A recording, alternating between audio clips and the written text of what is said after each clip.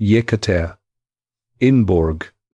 Russia, July the 17th, 1918. A few minutes past midnight. In a white stone house on a quiet street, a doctor climbed the stairs and woke a sleeping family. He told them to dress. There was trouble in the city. He said, gunfire had been heard. For their own safety, they needed to move to the basement and wait for the cars that would carry them somewhere safer. So they dressed. A father, a mother, 4 daughters, and a boy of 13 who could not walk. The father carried his son down 23 steps into a bare room with striped wallpaper and a single electric bulb. The mother asked for chairs, and someone brought 2. The daughters stood behind her in a neat row, still drowsy, hands folded, the way they had stood for 100 family photographs. They waited like that, in the middle of the night, in a room with one sealed window, for whatever came next. What came next was a group of armed men, and a man holding a piece of paper. The father was Nicholas II, Emperor of all Russia, a man whose family had ruled the largest country on earth for 304 years. His dynasty had crowned itself in gold, built cities out of swamps, broken Napoleon, and governed 1/6 of the land surface of the planet. And every last year of that power, all 3 centuries of it, had followed him down those 23 steps and into that basement. This is the story of how it got there. Because the house of Romanov did not begin with a family standing against a wall. It began with a country on its knees, begging a terrified 16-year-old boy to save it. Hold that room in your mind for a moment. The bare floorboards, the wallpaper, the 11 people arranged against the back wall. 7 of them members of a single family, 4 of them servants who had refused every chance to leave. Nothing about the scene looked like the end of an empire. There were no cannons, no burning palaces, no armies in the street. There was a middle-aged man in a plain military tunic, holding his son. There was a tired woman in a chair. There were 4 young women in white blouses. The oldest, 22. The youngest, 17. And history knows their names, now, the way it knows the names of very few princesses. Olga, Tatiana, Maria, Anastasia. The man with the paper was named Yakov Yurovsky, and the words on that paper had been approved only hours earlier. He began to read. We are going to stop there, not because the rest is unspeakable, but because the rest of it belongs at the end of this story, where it happened, after everything that led to it. What matters right now? At the beginning is a question, a simple one, and once you feel the full size of it, it will not let you go. How does this happen? Not how does a revolution happen. Revolutions had happened before, in France, in America, all over the world, and kings had lost their thrones and sometimes their heads. The question is stranger and more personal than that. How does a family go from being the answer to a nation's prayers, to being the 11 people in that room? Because that is what the Romanovs were at the start. Chosen, begged for, a dynasty that took the throne with a whole broken country pleading at its feet. And there is one more strange thing about that night, worth carrying with you through everything that follows. Hours before he was woken, Nicholas had written in his diary, the way he had written in it nearly every single day of his adult life. His entries from those final weeks read with an almost eerie calm. The weather, a walk in the small garden, a game of cards with his wife, reading to his son, on paper, In his own steady handwriting, the last emperor of Russia sounds like a quiet man on a dull vacation, patiently waiting for something to change. He recorded everything, and he seems to have understood almost none of it. And that gap between what this family could see and what was actually happening to them is one of the engines of this entire story. The other engine is hidden on the bodies of the girls themselves. Standing in that basement, Olga, Tatiana, Maria, and Anastasia were carrying a secret, sewn by their own hands into the lining of their clothing, on their mother's instructions, during the long months of captivity. Pounds of it, a hidden, glittering insurance policy for a future the family still believed was coming. No one in that room knew about it except the family. And before this story ends, in this same room, that secret is going to matter in a way none of them could have imagined. And it will tell you more about the house of Romanov than any crown ever could. So that is where we are going. A basement in the Ural Mountains. A family against a wall. A piece of paper. And a secret stitched into the clothes of 4 young women. But to understand that night, you have to travel back 305 years, to a Russia that most Americans have never heard of. A Russia with no Romanovs in it at all. A Russia that was, by any honest measure, dying, because before this family was hated, they were loved, and before they were loved, they were begged. Moscow, the winter of 1601. A woman stood in a bread line in the falling snow, holding a child wrapped in rags, and the line stretched so far ahead of her that she could not see the front of it. Behind her, it stretched even farther. The Tsar had ordered grain handed out from the royal stores, and tens of thousands of starving people had poured into the capital to claim it, and the grain was already running out. That summer, something had gone wrong with the sky. Historians now believe a massive volcanic eruption on the other side of the world, in Peru, had thrown so much ash into the atmosphere that global temperatures dropped and the Russian growing season simply collapsed. It rained through the summer. It froze in August. The crops rotted in the fields, then failed again the next year, and then failed a third time. What followed was one of the worst famines in the recorded history of Europe. In some regions, as much as 1/3 of the population died. People ate grass, then bark, then leather. Contemporary accounts describe things far darker than that. Things people only do when every other option is gone. Parents sold children into servitude so the children would be fed. Villages emptied. Wolves came back into country that had been farmland for generations. And the reason this matters, the reason a volcano in Peru belongs in the story of the Romanovs, is what that famine did to Russia's faith in its rulers. Because Russia, in 1601, was already a country with a hole at the center of it. For more than 700 years, one single dynasty had ruled the Russian lands, a bloodline called the Rurikids, stretching back so far that its founding was closer to legend than to history. Then, in 1598, that bloodline simply ran out. The last Tsar of the old line died childless.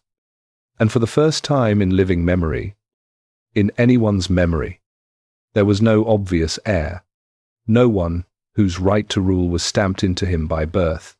A powerful nobleman named Boris Godunov was elected to fill the throne. And he was capable, and it did not matter. When the sky broke and the famine came, ordinary Russians reached the only conclusion their world made available to them. God had sent the hunger because the wrong man was sitting on the throne. The crown was cursed. The land itself was rejecting its ruler. And into that fear walked one of the strangest figures in European history. A young man appeared in Poland, claiming to be Dmitri, the youngest son of Ivan the Terrible, a boy who had died in childhood years earlier under murky circumstances. The real Dmitri was buried and mourned. This new Dmitri said the burial was a lie, that he had escaped his assassins, and that he had come back to claim his father's throne. It should have been laughed out of the room. Instead, thousands believed him, because a resurrected prince was easier to accept than a Russia abandoned by God. He invaded with Polish backing, gathered followers by the town, and when Boris Godunov suddenly died, this impostor actually took Moscow. A man history calls False Dmitri was crowned Tsar of Russia in the Kremlin, and he ruled for nearly a year before the nobles who had used him cut him down. Then it got worse.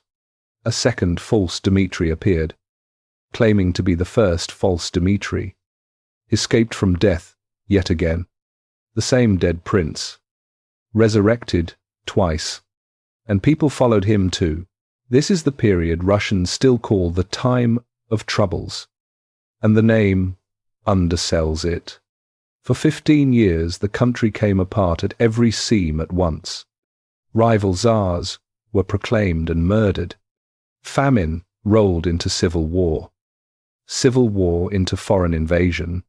Sweden carved off territory in the north, and Poland, Russia's great Catholic rival, did something that seared itself into Russian memory for centuries.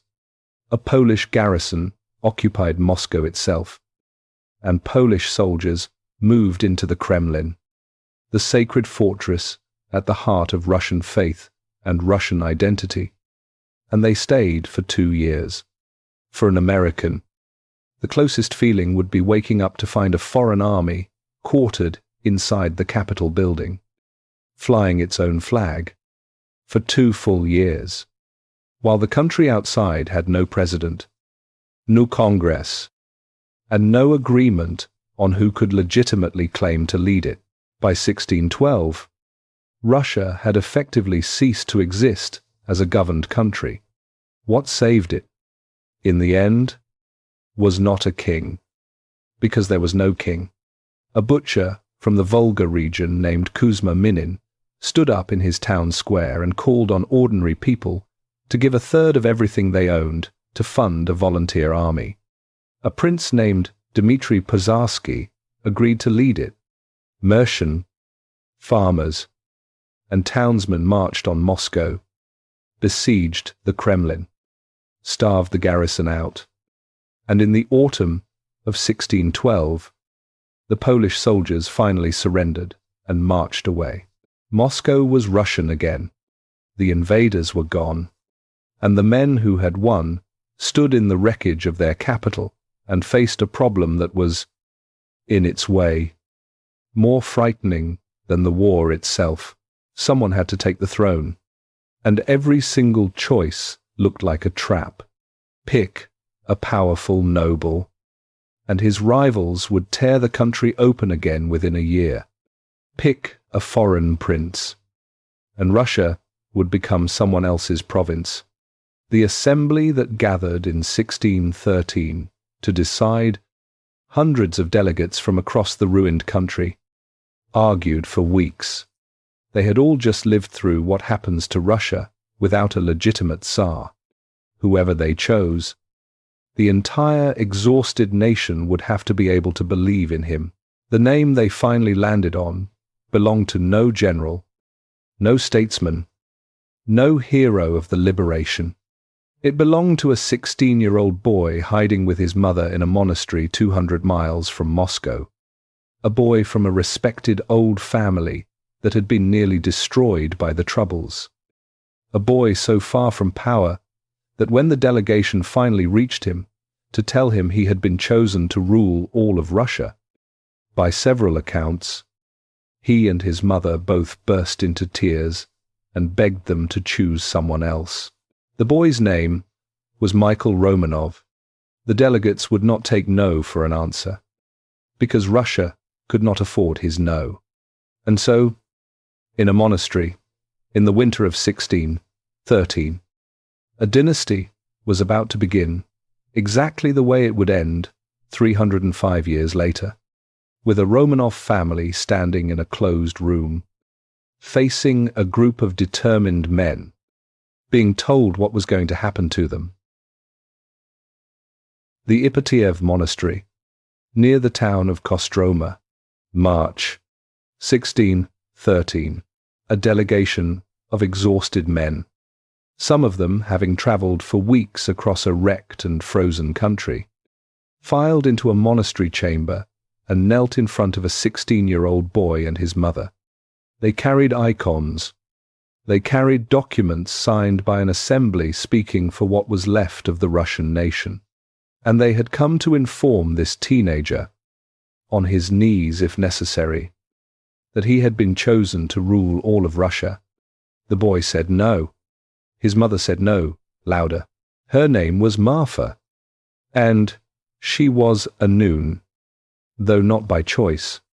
Years earlier, a suspicious Tsar had seen her family as a threat and forcibly tonsured both her and her husband, dissolving their marriage and scattering their relatives into exile, where several of them died.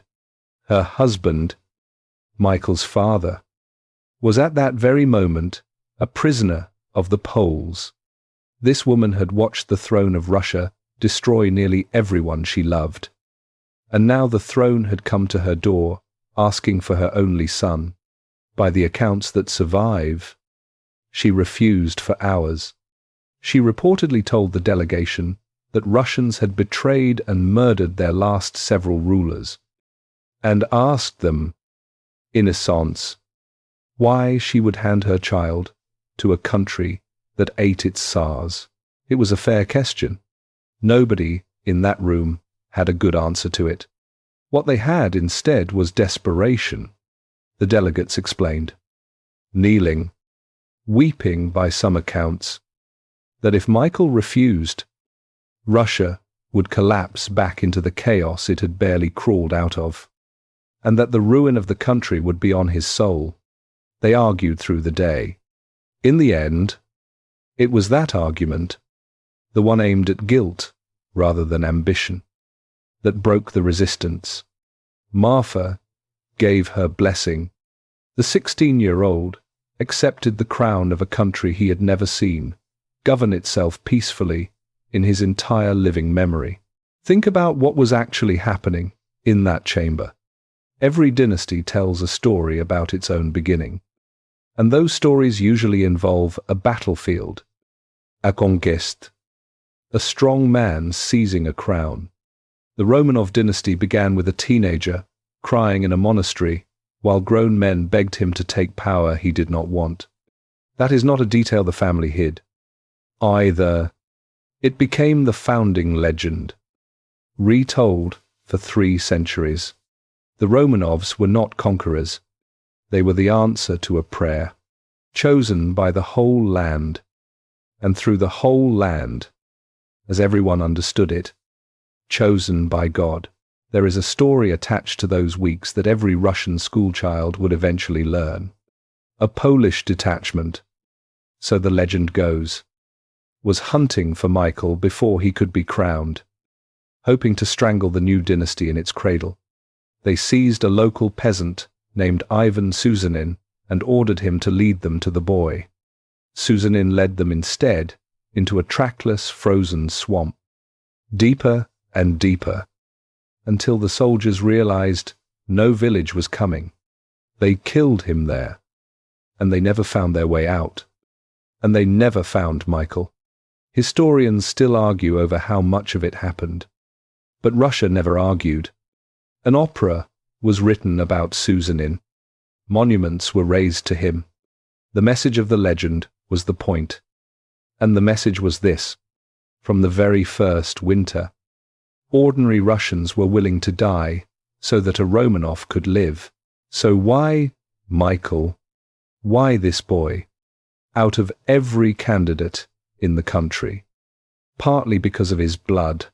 His family was old, respected, and connected by marriage to the extinct dynasty, close enough to feel like continuity, partly because of his father's suffering at Polish hands, which made the family a symbol of everything Russia had just endured. But mostly, and the assembly was honest about this in its own way, because he was weak, he was young, mild, unthreatening, controlled by no faction because he belonged to none. The powerful families could all accept him precisely because none of them feared him. One nobleman is supposed to have put it with brutal simplicity. Michael was young and not yet wise, and would be agreeable to them. They wanted a harmless Tsar. What they set in motion instead was the most durable ruling house in Russian history. Michael was crowned in July of 1613, and his reign was quiet, careful, and unglamorous, which was exactly what a bled-out country needed. The wars were wound down. The treasury was slowly refilled. When his father was finally released from Polish captivity 6 years later, the old man came home, became patriarch of the Russian Church, and effectively ran the government at his son's side. The father ruling through the boy, the delegation had chosen for his softness. Russia healed the way a body heals, slowly, unevenly, and with scars. One more thing about that monastery, and then we can leave it. The monastery where the delegation knelt, where Marfa wept, where the Romanov dynasty was born, was called the Yekaterinburg Monastery. 305 years later, the dynasty would end in a merchant's basement in Yekaterinburg, in a building known as the Yekaterinburg House. The same name stands at the door where the story begins and the door where it ends. No screenwriter would dare invent that. History did. The Romanovs had been chosen to end Russia's chaos, and for 3 generations, quietly, they did. Then came a Romanov who decided that ending chaos was nowhere near enough. He looked at holy, ancient, unchanging Russia, the Russia that had chosen his family, and he decided that nearly everything about it was wrong. The army was wrong, the calendar was wrong, the clothes were wrong, even the beards on his noblemen's faces were wrong, and he was willing to break anything, and anyone, that stood between him and a new Russia, including, in the end, his own son. But before we meet him, you need to understand exactly what a Tsar was, because it is not what you think. The Dormition Cathedral, inside the Moscow Kremlin, Coronation Day, picture the scene as it played out, in nearly identical form. For every Romanov ruler across 3 centuries, a man walks into a cathedral packed with clergy in gold vestments, under frescoes of saints rising 100 feet overhead. Through air thick with incense and candle smoke, choirs answer each other from opposite ends of the church. The man takes the crown, and in the Russian tradition he places it on his own head, because no earthly hand outranks his. And then comes the moment the entire ceremony exists for.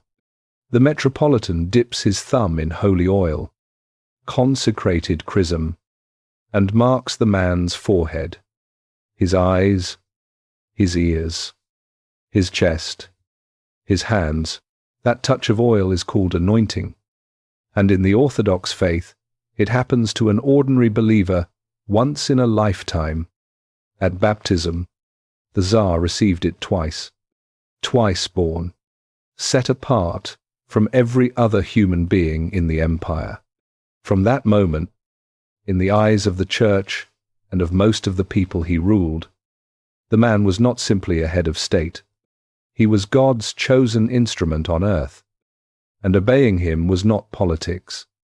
It was faith. Americans grow up with a very different picture of what a king is, mostly borrowed from England.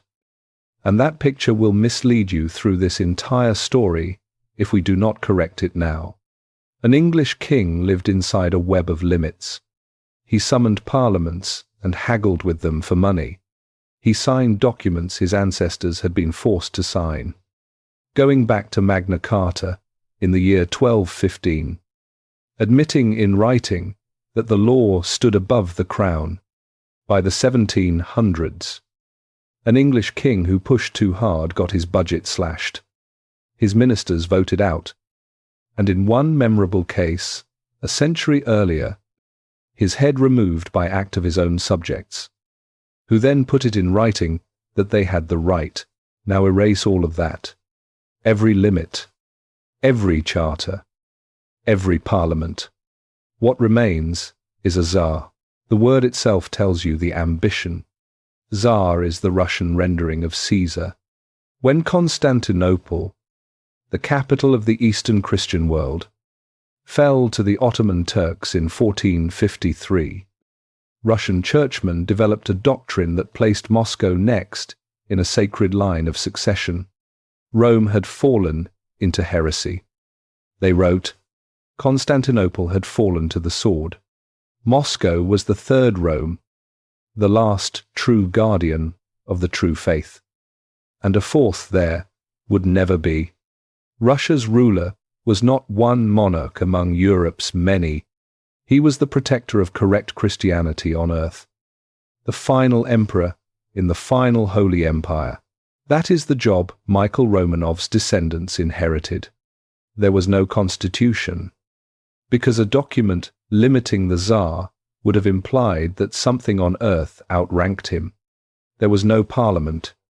There was no legal court where a subject could challenge the crown and win.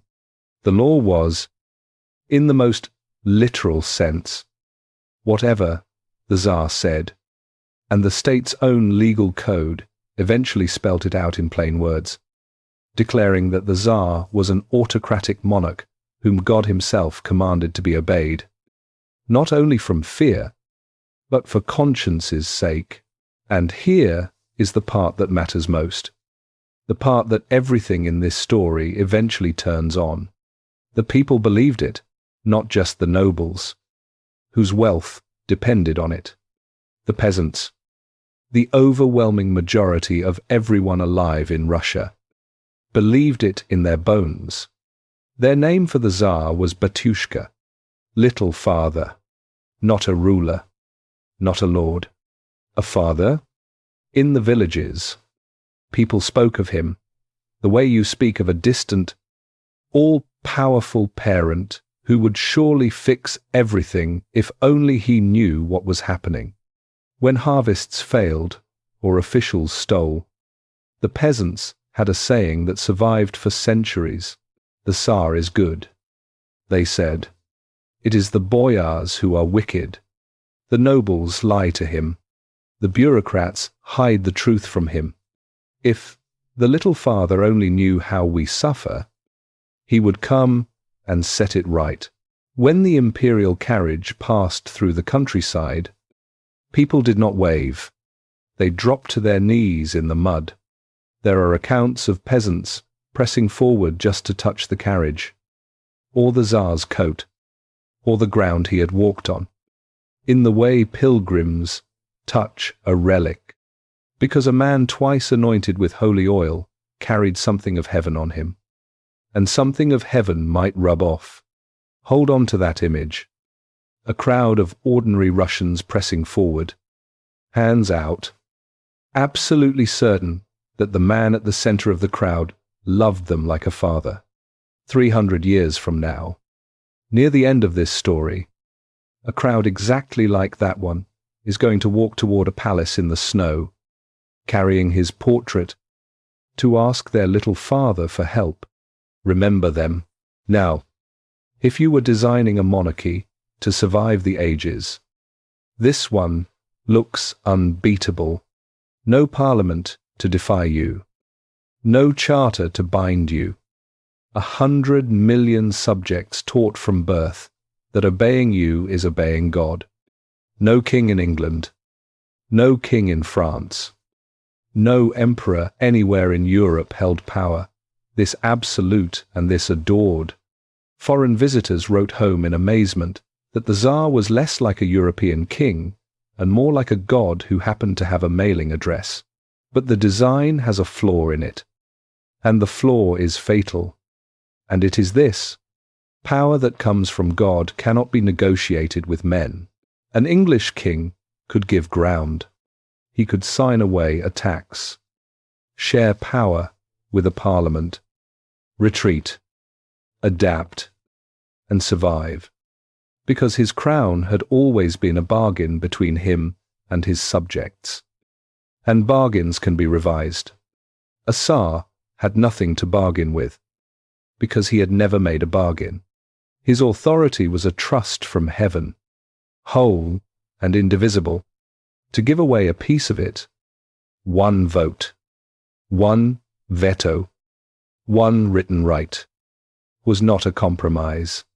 It was a confession. It said the sacred arrangement had been wrong, which meant it had never been sacred at all. The moment a Tsar shared power, he stopped being God's anointed and became just a man in an expensive chair. And everyone in Russia understood that, which is why, for 300 years, with the country changing around them and the world catching fire at their borders, Romanov after Romanov after Romanov reached the same conclusion. Bend, and everything breaks. So never bend. The crown was a fortress with no doors.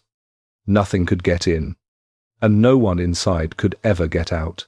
For the first few generations, that hardly mattered. The early Romanovs asked nothing of the sacred throne except to sit on it quietly while Russia recovered.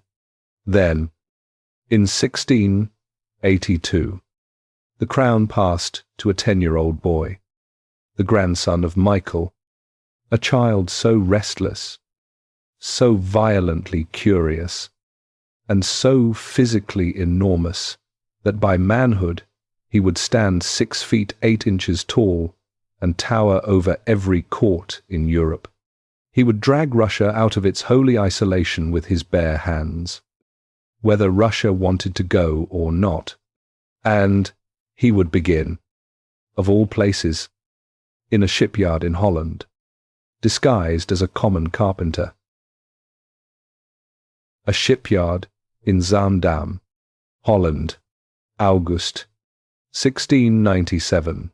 The Dutch carpenters noticed the new worker immediately, because there was no possible way not to. He stood 6 feet 8 inches tall in an age when the average man stopped nearly a foot below that. His hands were enormous and already calloused. He had signed on under the name Pyotr Mikhailov, a plain Russian labourer come to learn the shipbuilder's trade. And he hauled timber and drove pegs and slept in a tiny wooden house near the yard. And within about a week, the whole town knew perfectly well who he was, because crowds had started gathering at the fence to stare. The man planing ship hulls in workman's clothes was the Tsar of all Russia. The twice anointed, God-appointed autocrat of the largest country on earth had left his empire behind, taken a fake name, and gone to work as an apprentice in a foreign shipyard. No Tsar in history had ever left Russia in peacetime at all. This one was living above a workshop, learning to use a lathe, and pestering Dutch engineers with questions about anatomy, printing, canal locks, and how to pull teeth, a skill he practiced for the rest of his life on unlucky courtiers, whether their teeth needed pulling or not. His name was Peter, and everything about him was built to a different scale. As a boy, he had organized play regiments of servants and noble sons, and drilled them with real muskets and real cannon until the games produced real casualties. And out of those boyhood regiments came the seeds of a new professional army. He was in constant motion his entire life. He walked so fast that his ministers had to trot. He worked with his hands compulsively, mastering somewhere between 12 and 20 trades. He drank in binges that lasted days. At a court, he organized into a mock assembly dedicated to drunkenness. With rules he wrote personally. He was curious the way a fire is curious.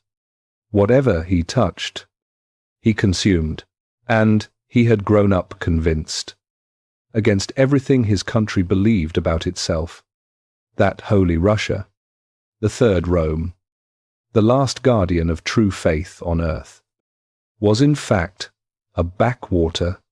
Europe had ocean-going navies, modern armies, science, industry, and Russia had icons and beards and a calendar that counted years from the creation of the world. The trip to Holland, which stretched into a grand tour of Europe with stops in England and Austria, was not tourism. It was an 18-month audit of everything Russia lacked. He went home with hired shipwrights and officers by the 100, crates of instruments and books, and a plan that amounted to remaking his own country by force. He arrived home to a rebellion, which suited the plan perfectly. The Streltsy, Moscow's old hereditary musketeer corps, had risen against him while he was away. They were more than soldiers. They were a symbol of old Russia, bearded, traditional, and deeply entangled with the Moscow he intended to leave behind. Peter had a personal history with them as well. As a 10-year-old boy, he had watched Streltsy mutineers butcher members of his own family inside the Kremlin during a palace coup. Close enough to see it happen. Now they had risen against him one time too many. Peter came home and broke them. The interrogations ran for weeks in the torture chambers of Preobrazhenskoye, and the Tsar did not delegate all of it.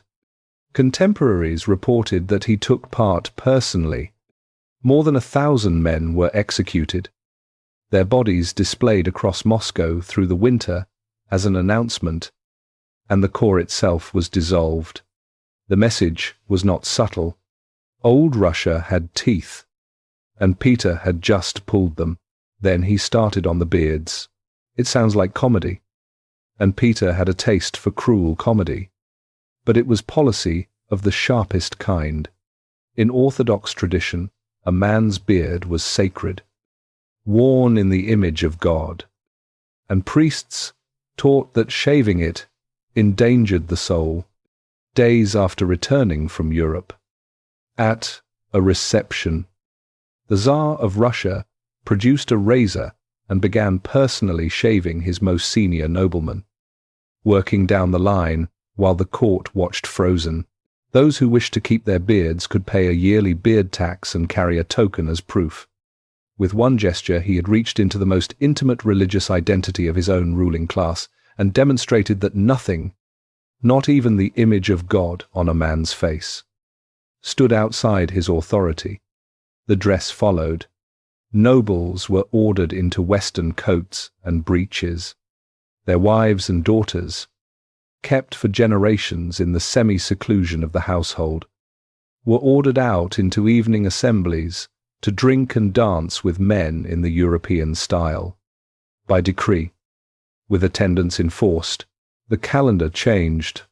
New Year moved from September to January, and the count of years switched to match Europe. The army was rebuilt from the ground up on the Western model, financed by taxes on almost everything a Russian could own or do, including the beards. On the Baltic coast, he fought a brutal 21-year war against Sweden, then the great military power of Northern Europe, lost catastrophically at Narva, learned, rebuilt, and in 1709 at Poltava destroyed the Swedish army so completely that Sweden never returned to the first rank of powers. Russia had entered Europe, and it had entered through a hole Peter tore in the wall. Every ounce of it was done the same way. from above, at speed, by command, with the treasury and the peasantry paying the price. Peter proved something in those decades that this dynasty would spend its final century trying to forget it ever knew. The sacred throne could bend. A Romanov could tear up tradition by the roots, humiliate the church, remake the state, and survive, because the crown's authority was strong enough to absorb the shock. Change did not have to destroy a Tsar, wielded ruthlessly enough. Change was the sharpest weapon a Tsar had, but the same man who could bend a nation could not bend his own son. And this is where Peter's story turns darker than anything the beard tax hints at. His heir, Alexei, was everything Peter was not. Quiet, pious, bookish, drawn to exactly the old devout Russia his father was dismantling. Peter bullied him, and the boy retreated. The Tsar demanded a soldier and got a young man who reportedly considered maiming his own hand to escape service. Around Alexei, quietly, gathered the hopes of everyone who wanted the old ways back, and both father and son knew it. In 1716, Peter issued an ultimatum. Reform yourself into a worthy heir, or renounce the succession. And Alexei did something no Romanov had ever done. He ran. He fled the country in secret and begged the Austrian emperor for protection. Peter's agents hunted him across Europe for months and found him hiding in Naples. They carried a letter from his father promising, before God, complete forgiveness if he came home. Alexei came home. The forgiveness lasted roughly as long as the homecoming ceremony. The investigation into his flight widened into a treason inquiry. His associates went to the torture chambers and the block, and then Alexei himself was formally put to the question. The heir to the Russian throne was interrogated under torture by the knout, the heavy whip that flayed a man's back, with his father's knowledge, and by some accounts, in his father's presence, a court of 127 dignitaries obediently sentenced him to death for treason. 2 days later, before any execution could be staged, Alexei died in his cell in the Peter and Paul fortress from the interrogations themselves. The official announcement said apoplexy. Peter attended the funeral, and the day after it, celebrated the anniversary of Poltava with a banquet. Sit with that for a moment, because the story is going to ask you to remember it. In 1718, a Romanov father sacrificed a son named Alexei to protect the empire he was building. Exactly 200 years later, in 1918, another Romanov father would carry another boy named Alexei down into a basement, having refused to the very last to sacrifice anything at all. Between those two rooms, those two fathers, and those two boys with the same name, runs the entire arc of this dynasty. Peter had his new army, his new navy, his new calendar, his broken church, his dead heir, and one conviction left to satisfy. A new Russia, he decided, could not be governed from the old one. Moscow was the past, all icons and alleys and memory. His Russia needed a new capital, facing Europe, facing the sea, and with the whole map of his empire to choose from, he picked the single worst building site the country had to offer. A freezing, empty, flooding swamp at the mouth of the Neva River, on land he had only just captured from Sweden, where the ground itself could not hold the weight of a stone wall. He would put his city there precisely because it was impossible. Impossible was the point. The delta of the Neva River, summer 1703. Thousands of men stood waist-deep in grey water, digging. They were peasants, conscripted from villages hundreds of miles away, marched to the edge of the empire under guard, and set to work, driving oak piles into a bog. There were never enough shovels. So accounts from the time describe men clawing up the mud with their bare hands and boards, and carrying the earth away in the skirts of their own coats. Because there were not enough baskets either.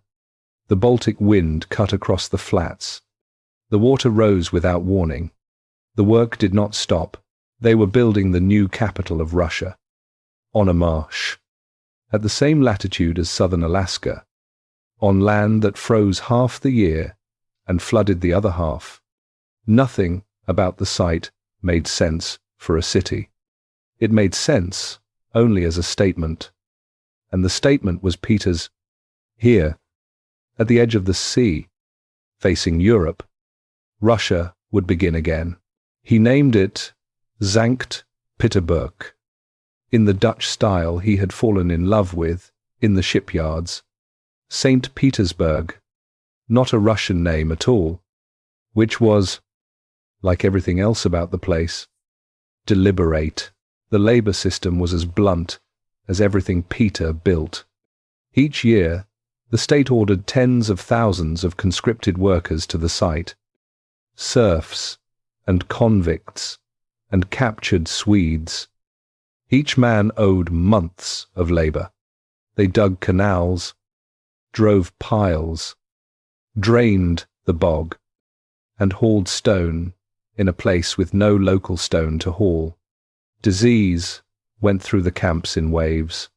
Scurvy, dysentery, malaria from the standing water, and plain exhaustion did most of the killing.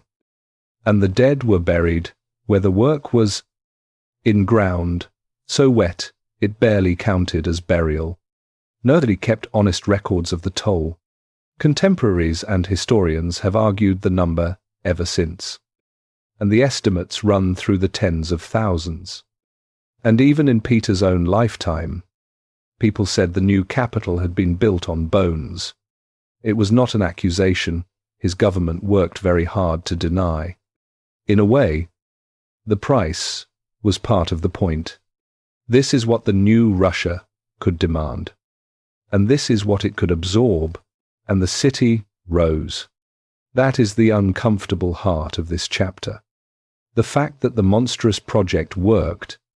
Within a decade, there were streets, wharves, a fortress, and shipyards where the swamp had been. Peter moved the capital there from Moscow around 1712, transplanting the government of the largest country on earth to a construction site that was, at the time, technically on foreign soil. Since the war with Sweden that would settle the land's ownership was still being fought, foreign ambassadors, who now had to live there, wrote home in disbelief about a European city being conjured out of a bog at the top of the world. Peter populated it the way he did everything, by decree. Noble families were ordered, by name, on lists, to leave their Moscow houses and build in Petersburg at their own staggering expense, in approved styles, on approved streets. Merchants and craftsmen were assigned to relocate the way soldiers are assigned to garrisons. And in 1714 came the decree that tells you everything about how this city was made. Peter banned stone construction everywhere else in the Russian Empire. Any mason who wanted to work in stone could work in one place only, the new capital, and every cart and boat entering the city was required to bring building stone with it as a kind of toll. One city was permitted to rise, and to make sure of it, an entire empire was forbidden to build. What rose out of the water over the following decades was, by any measure, magnificent. Broad avenues laid out by European architects, palaces in pale yellow and turquoise and white, with windows, actual expanses of glass, a fashion the old fortress houses of Moscow had never trusted, canals in the Dutch manner, quays of granite, and at the center of it, the winter palace of the Tsars. More than 1,000 rooms looking out over the Neva. Petersburg became the stage set of the dynasty, the place where Russia performed its new European self, in French, in silk, under chandeliers, while the older, wooden, Orthodox Russia went on living beyond the city limits, largely out of view, two Russias. In other words, one of marble facing the sea, one of timber facing the fields. The empire's fate would eventually come down to the distance between them, because there is a coldness built into the very idea of Petersburg, and Russians themselves named it early and never stopped naming it. Moscow had grown for centuries, crooked and organic, around faith and trade. Petersburg was imposed, ruled into existence, a city of government offices and parade grounds, gorgeous and artificial, and every stone of it stood on the unmarked graves of the men who had carried the earth in their coats. Writers would come to call it the most abstract and premeditated city in the world, a capital that floated above the country it governed. The people the palaces ruled were somewhere else, far away, invisible from the tall windows. Keep those windows in mind. This city is now the main stage of the story, and it will host nearly everything that follows. On these streets, in the next century, guards' regiments will decide who wears the crown. Along these canals, bombs will be thrown at an emperor, and beneath those 1,000 palace windows. On a January morning, 200 years after the first piles were driven into the swamp, a crowd of workers carrying icons and portraits of the Tsar will walk across the snow toward the palace of their little father, and the doors will not open for them. Peter died in that city in January of 1725, at 52, in agony from an infection, having outlived his son, his health, and by the end, nearly everyone's ability to keep pace with him. He had transformed the army, the state, the church, the map, and the very direction Russia faced, and he left the one thing that mattered most in an autocracy in perfect ruin. The succession, his own law, written after the destruction of his son, gave every reigning Tsar the right to name any successor he chose, and then Peter died without clearly naming one, by the famous account, leaving behind only an unfinished scrawl reading give all to, with the name never written, give all to whom nobody knew, and in an empire where all power flowed from a single sacred person, that blank space in a dead man's handwriting was a loaded weapon left on a table. For the next 4 decades, the mightiest throne in Europe would be passed around Petersburg like spoils, by guards, regiments, and midnight arrests. From an illiterate former servant girl, to an infant, to an invalid, in a chain of palace coups, the dynasty preferred not to discuss, and at the end of that chain, the crown of the Romanovs would be picked up by the most unlikely hands imaginable, a minor German princess with a sharp mind, no army, no legal claim whatsoever, and not one drop of Romanov blood. Russia would come to call her Catherine the Great. St. Petersburg, the early morning of June the 28th, 1762, a 33-year-old woman stood in front of ranks of cheering guardsmen wearing a borrowed officer's uniform, a man's uniform, green with red facings, because she had asked the youngest officer present to hand over his.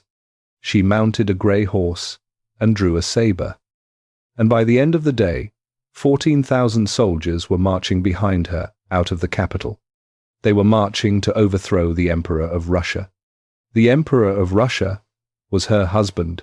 She had been born Sophie, a minor princess, from a small German state nobody powerful ever thought about, and there was not one drop of Romanov blood anywhere in her body.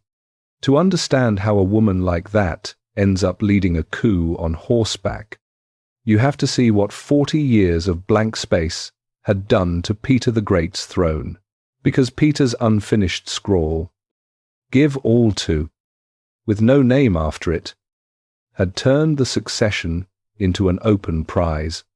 In the 4 decades after his death, the crown of Russia changed hands 7 times, and almost never peacefully.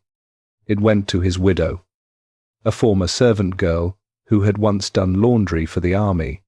It went to a boy of 11 who died of smallpox on what was supposed to be his wedding day.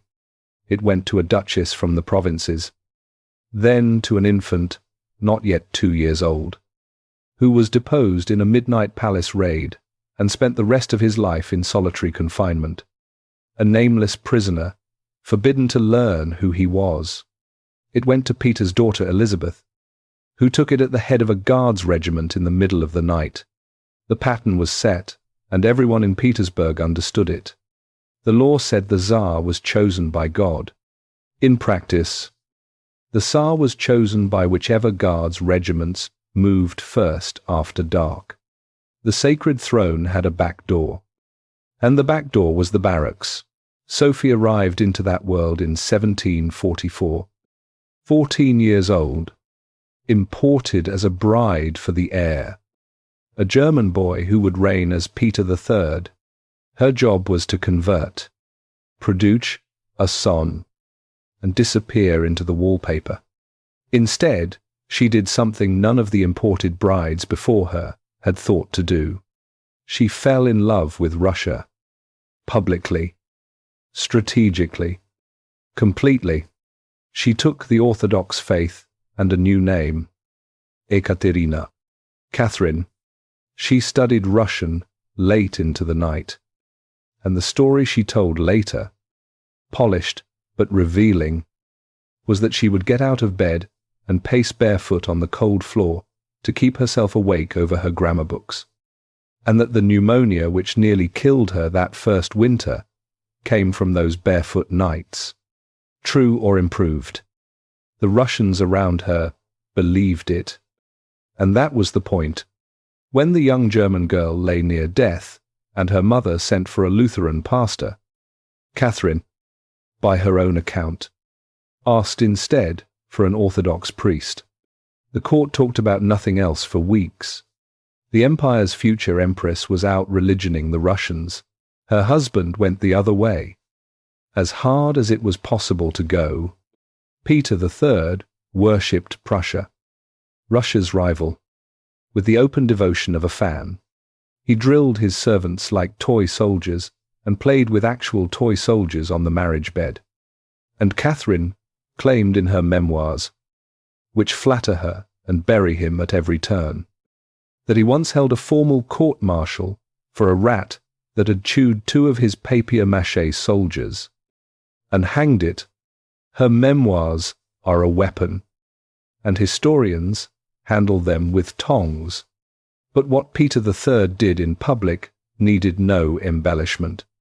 Inheriting the throne in the middle of a war, Russia was winning against Prussia.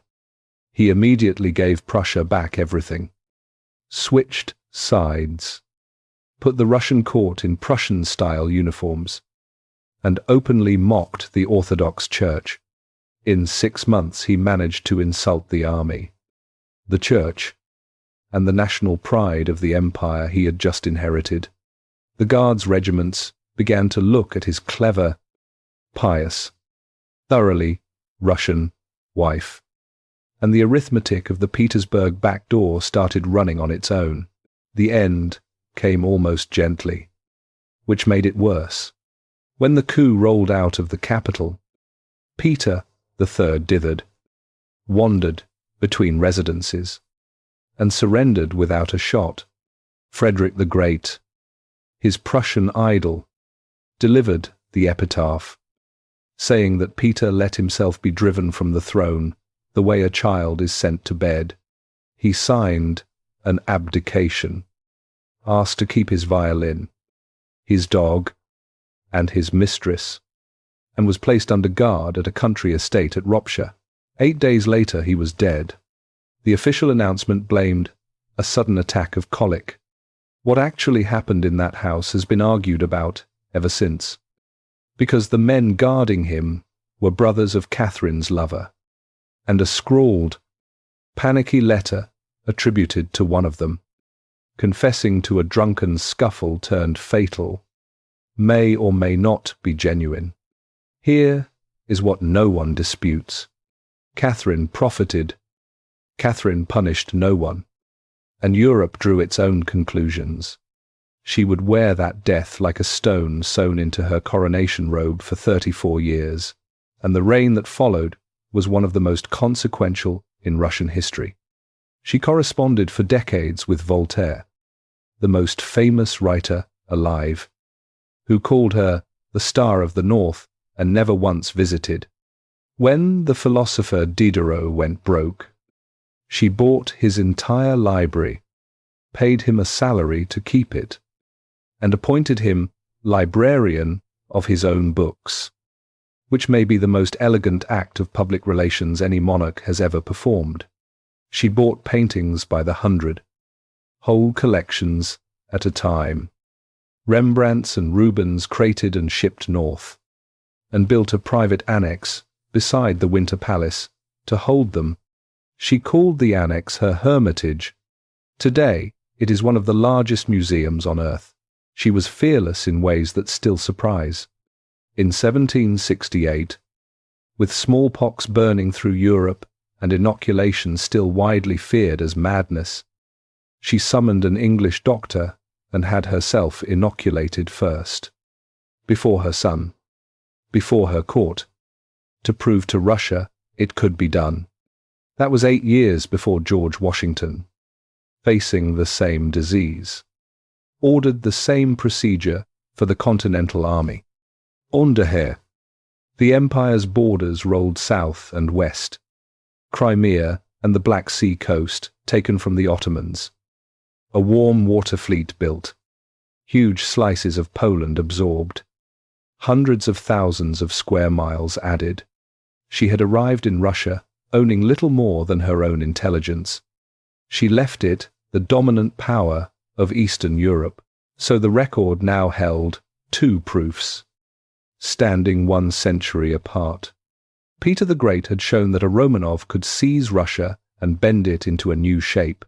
Catherine had shown something even stranger, that the throne itself could be taken by a foreigner, a woman, an outsider with no claim at all, and the empire would not only survive it, the empire would flourish and call her great.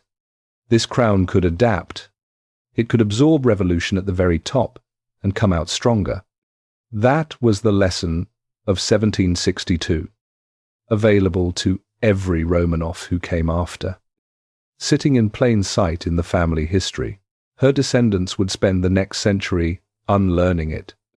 And the unlearning begins with the one subject where Catherine herself, the friend of philosophers, refused to bend, because all of her glory, the palaces, the paintings, the new provinces, the letters to Voltaire, rested on a foundation she examined once, understood perfectly, and chose to leave exactly where it was, beneath the hermitage, beneath the entire glittering empire, lived 20 million human beings who were not subjects of the crown in any meaningful sense. They were property. They could be bought, sold, gambled away, and given as gifts. And Catherine, the most enlightened ruler in Russia's history, would end her reign, having given away more of them than almost anyone before her. a provincial newspaper. Late in the 1700s, on the classified page, between announcements for the sale of horses and the sale of hounds, a notice offers the following goods from a gentleman's estate: a cook, sober, skilled in pastry, a seamstress, 16 years old, a coachman with his wife. Inquiries to the steward. The people were listed, the way the dogs were listed, by skill and age and temperament. And the format surprised no reader, because notices like it ran in Russian papers for decades. On some pages, a family of human beings could be had for less than the purebred hound advertised beside them. This was serfdom. And if the word sounds medieval and vague, the reality was neither. By Catherine's reign, roughly half the peasants of European Russia, some 20 million people, were the private property of the nobility. A serf could be sold with the land or without it, together with his family, or separated from it forever. He could be beaten at his owner's discretion, and owners who beat serfs to death were rarely punished with anything worse than a church penance. He needed his master's permission to marry. He could be handed over to the army for a term of service that lasted 25 years, which in that era was a slow death sentence with a uniform, and owners used the recruiting quota as a punishment, a way to erase an inconvenient man. A serf could be lost at cards. Wealth in Russia was not counted in acres. It was counted in souls. That was the actual legal term, and a great lord might own 100,000 of them. An American hearing this in the 17 or 1800s would have recognized the shape of it immediately. And plenty of Americans did. Russian serfdom and American slavery ran side by side through the same decades. Two enormous systems of human property on opposite sides of the world, each one propping up a proud, expanding nation that talked constantly about its own special destiny. The parallels were not lost on the people living them. Russian reformers pointed at American abolitionists, and American writers pointed at the serfs. And each country used the other as a mirror it did not enjoy looking into. The two systems would even die within 4 years of each other. One by a Tsar's decree in 1861, one by war and amendment in 1865. Both countries would then spend a century discovering that ending the institution on paper was the easy part. What made the Russian version uniquely combustible was the distance between the two worlds sharing one country. The nobility of Petersburg did not merely live better than their serfs. They lived in a different civilization. They dressed in French fashion, danced French dances, and above all, they spoke French. At home, at court, in their letters and their dreams. And by the early 1800s, many aristocrats spoke French genuinely better than Russian, and some barons of ancient Russian families needed a tutor to write a grammatical letter in the language of their own peasants.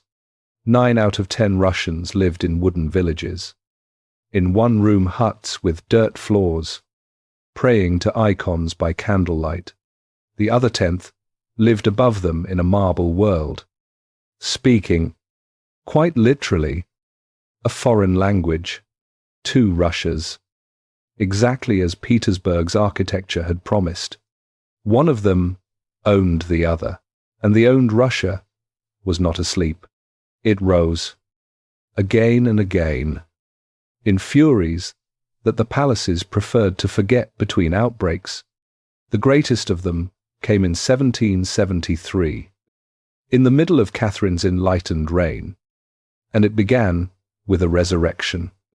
Because large-scale rebellion in Russia almost always began with a resurrection. A Cossack deserter named Yemelyan Pugachev appeared on the steppe declaring that he was Peter III, Catherine's dead husband. miraculously escaped from his murderers and come to deliver the people. It had worked for 2 false Dimitris a century and a half earlier. And it worked now, because the peasants' faith held that the true Tsar was their father and would one day come to free them. So any man claiming to be a wronged, hidden, rescuing Tsar was pushing on an open door. Pugachev promised the serfs land, freedom, and the extermination of their masters. And the Volga country exploded, estates burned by the 100. Nobles and their families were hanged at their own gates. At its peak, the rebellion held a territory the size of a European country, and Catherine, the friend of Voltaire, had to pull regiments from the Turkish war, from a real war, to put down what she tried to dismiss in her letters as the Marquis de Pugachev. The rebellion was broken in 1774. Pugachev was betrayed by his own men, shipped to Moscow in an iron cage like an animal in a travelling show, and publicly executed. And then came the part that matters most for this story. Catherine drew a lesson from the fire, and the lesson was the opposite of reform. The commissions and the enlightened talk of easing serfdom went quietly into a drawer. Control of the countryside was handed even more completely to the nobles, because the nobles were the only machinery the crown had for holding down the villages, and their loyalty was purchased with the one currency they valued: serfs. By the end of her reign, Catherine had transferred hundreds of thousands of state peasants into private ownership as gifts to favourites and servants of the crown. The most enlightened ruler in Romanov history left serfdom larger, deeper, and legally harder than she found it. That was the bargain now welded into the foundations of the empire. The crown ruled the nobles held the peasants, and nobody holding power had any incentive to touch the arrangement, because everyone could see what had happened the one time the lid came off. So the lid was screwed down tighter, and the pressure underneath went on building, decade after decade. In 100,000 wooden villages, the palaces never saw. This was the Russia the Romanovs actually ruled, and for the most part, they ruled it from far away, through ministers and governors and quotas, glancing at it out the tall windows of a French-speaking capital. And in the summer of 1812, both Russias, the marble one and the wooden one, looked up from their separate worlds at the same piece of news, coming west to east, faster than any news had ever travelled in Russia. The largest army ever assembled in the history of Europe had just crossed the border, and marching at the head of it, aiming straight for the heart of the country, was the most feared man alive. Moscow, September the 14th, 1812. Napoleon Bonaparte sat on his horse on a hill outside the city, waiting for the ritual he had performed in capital after capital across Europe. Vienna had sent him its keys. Berlin had sent him its keys. Somewhere down there, a delegation of trembling officials would be assembling to surrender Moscow. And he waited, and the delegation did not come. Finally, his officers rode ahead, and they came back with a report the Emperor of the French at first refused to believe. There was no delegation. There were no officials. Moscow, a city of 275,000 people, one of the great cities of the world, was empty. His army marched in through streets so silent that men reported hearing their own bootsteps echo off the houses. Doors stood open. Meals sat half-eaten on tables. Somewhere over 90% of the population had simply gone, carted away, or walked away east in the preceding days, taking what they could carry. The greatest conqueror since Caesar had captured a ghost. Then, on the first night, The fires began. A blaze in the merchant quarter, then another across the river, then dozens more, in districts far apart, in a city whose fire pumps, the French discovered, had been removed or wrecked before the evacuation. The wind rose. For 4 days Moscow burned, while the French army stood in the middle of it, helpless, and Napoleon himself had to be hustled out of the Kremlin through streets that witnesses described as tunnels of fire. By the time rain finally killed the flames, 3/4 of the city had ceased to exist. Historians still argue over exactly who gave which order, and the governor of Moscow spent years alternately taking and denying credit. What no one disputed, then or since, was what the fire meant. Russia would burn its own holy city to ash before it would let him have it. Napoleon had spent his career fighting governments. He had never fought anything like this. He had crossed the Russian border that June with the largest army Europe had ever assembled. Over 600,000 men gathered from France and half the conquered continent. The plan was the same plan that had worked everywhere for 15 years. Force one huge battle. Destroy the enemy army. Dictate peace. The Russians refused to cooperate. They retreated, week after week, deeper into their own country, burning the crops behind them, stretching the French supply line across hundreds of miles of hostile emptiness, while summer heat and dysentery bled the invading army of thousands of men before any real battle had been fought. The battle finally came in early September at a village called Borodino, 70 miles from Moscow, and it became the bloodiest single day of the entire Napoleonic era. Roughly 250,000 men fought from morning until evening, and by nightfall the two armies together had lost somewhere near 70,000 killed and wounded. One man was hit approximately every 3 seconds. All day long, the Russians stood, absorbed the slaughter, and then slipped away in good order during the night. Still an army. Napoleon had won the field and won nothing.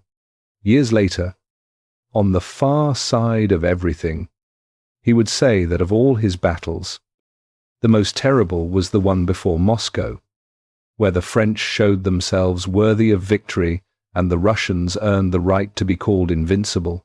So he sat in the burned shell of Moscow and did the only thing left in his playbook. He wrote to the Tsar proposing peace, and he waited for the answer. Alexander I, grandson of Catherine the Great, had already given his answer to his own court, and it was the answer of a man who understood exactly what kind of war this had become. He declared he would sooner grow a beard and eat potatoes in Siberia than sign a peace, while one armed enemy remained on Russian soil. Napoleon wrote again. Silence. He waited in the ashes for 5 weeks, while the Russian army rebuilt itself in the countryside and the first frosts arrived. And every day of that silence was a day of the campaigning season lost. And Alexander knew it, and let the calendar do the fighting. In mid-October, Napoleon gave the order no one had ever heard him give: retreat. What followed has no real parallel in modern military history. The Russian army herded the retreating French back onto the same road they had already stripped bare coming in. And then the winter came down, early and murderous, even by Russian standards, with temperatures falling toward 30 below zero. The Grande Armée came apart. Horses died by the tens of thousands, and with the horses went the cannon, the wagons, the wounded. Men froze in their sleep in heaps around dead campfires. Cossack cavalry circled the column day and night, cutting off anyone who straggled. And peasants, with pitchforks, the invisible wooden Russia, The French had marched past in the summer, hunted the invaders through the snow like wolves settling a debt. At the crossing of the Berezina River, with two armies converging on them, the French engineers built bridges standing chest deep in ice water, and most of them died of it, and they held the bridges open long enough to save a fragment of the army, and the fragment kept walking west. Of the more than 600,000 soldiers who had crossed into Russia in June, fewer than 100,000 ever came back. On some stretches of that road, you could navigate by the bodies. Europe understood almost immediately what had happened. The invincible man had been broken, and it was Russia that had broken him. The Tsar's armies rolled west across Europe in the 2 years that followed. And in March of 1814, Alexander I rode into Paris at the head of his troops. The first time an enemy army had entered that city in 400 years. Parisian crowds, exhausted by a generation of war, actually cheered him in the streets.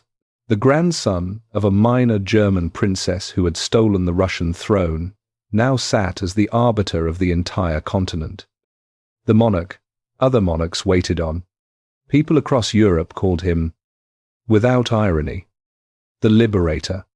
16 years after Petersburg, society had wondered whether Russia was really European at all. A Romanov was deciding the fate of Europe from a desk in its capital. That was the summit. Hold the picture. The Romanov dynasty, born of a weeping teenager in a monastery, stood higher in 1814 than any Russian government before or since. Adored at home as the shield of Holy Russia, courted abroad as the savior of civilization. It is the exact altitude from which everything that follows in this story is a fall, and the fall began with terrible irony inside the victory itself, because the army that marched to Paris marched home again, and the officers of that army, young noblemen in their 20s, had now spent 2 years living in Europe. They had seen France and the German states with their own eyes. They had seen countries where a man could not be sold with an estate, where law bound the ruler as well as the ruled, where the words citizen and constitution were spoken out loud in daylight. Then they came home, heroes of the greatest war in Russian history, to a country where the men who had actually stopped Napoleon, the serf soldiers who froze at Borodino and hunted the French through the snow, went back to being property. The officers began to talk about it, quietly, at first, in dining clubs and regimental messes, in the polite French of their class. Within a decade, they would stop talking quietly. Senate Square, St. Petersburg, December the 14th, 1825. 20 degrees below freezing. 3,000 soldiers of the Imperial Guard stood in formation on the snow beside the frozen Neva River, bayonets fixed, refusing to move. Across the square, arranged in a horseshoe around them, stood 9,000 soldiers who had obeyed. Between the two masses of men, officers galloped back and forth through the cold all afternoon, pleading, threatening, negotiating, while a crowd of thousands of ordinary Petersburgers gathered at the edges to watch, and the short northern day burned down toward dark. The 3,000 had refused to swear allegiance to the new Tsar.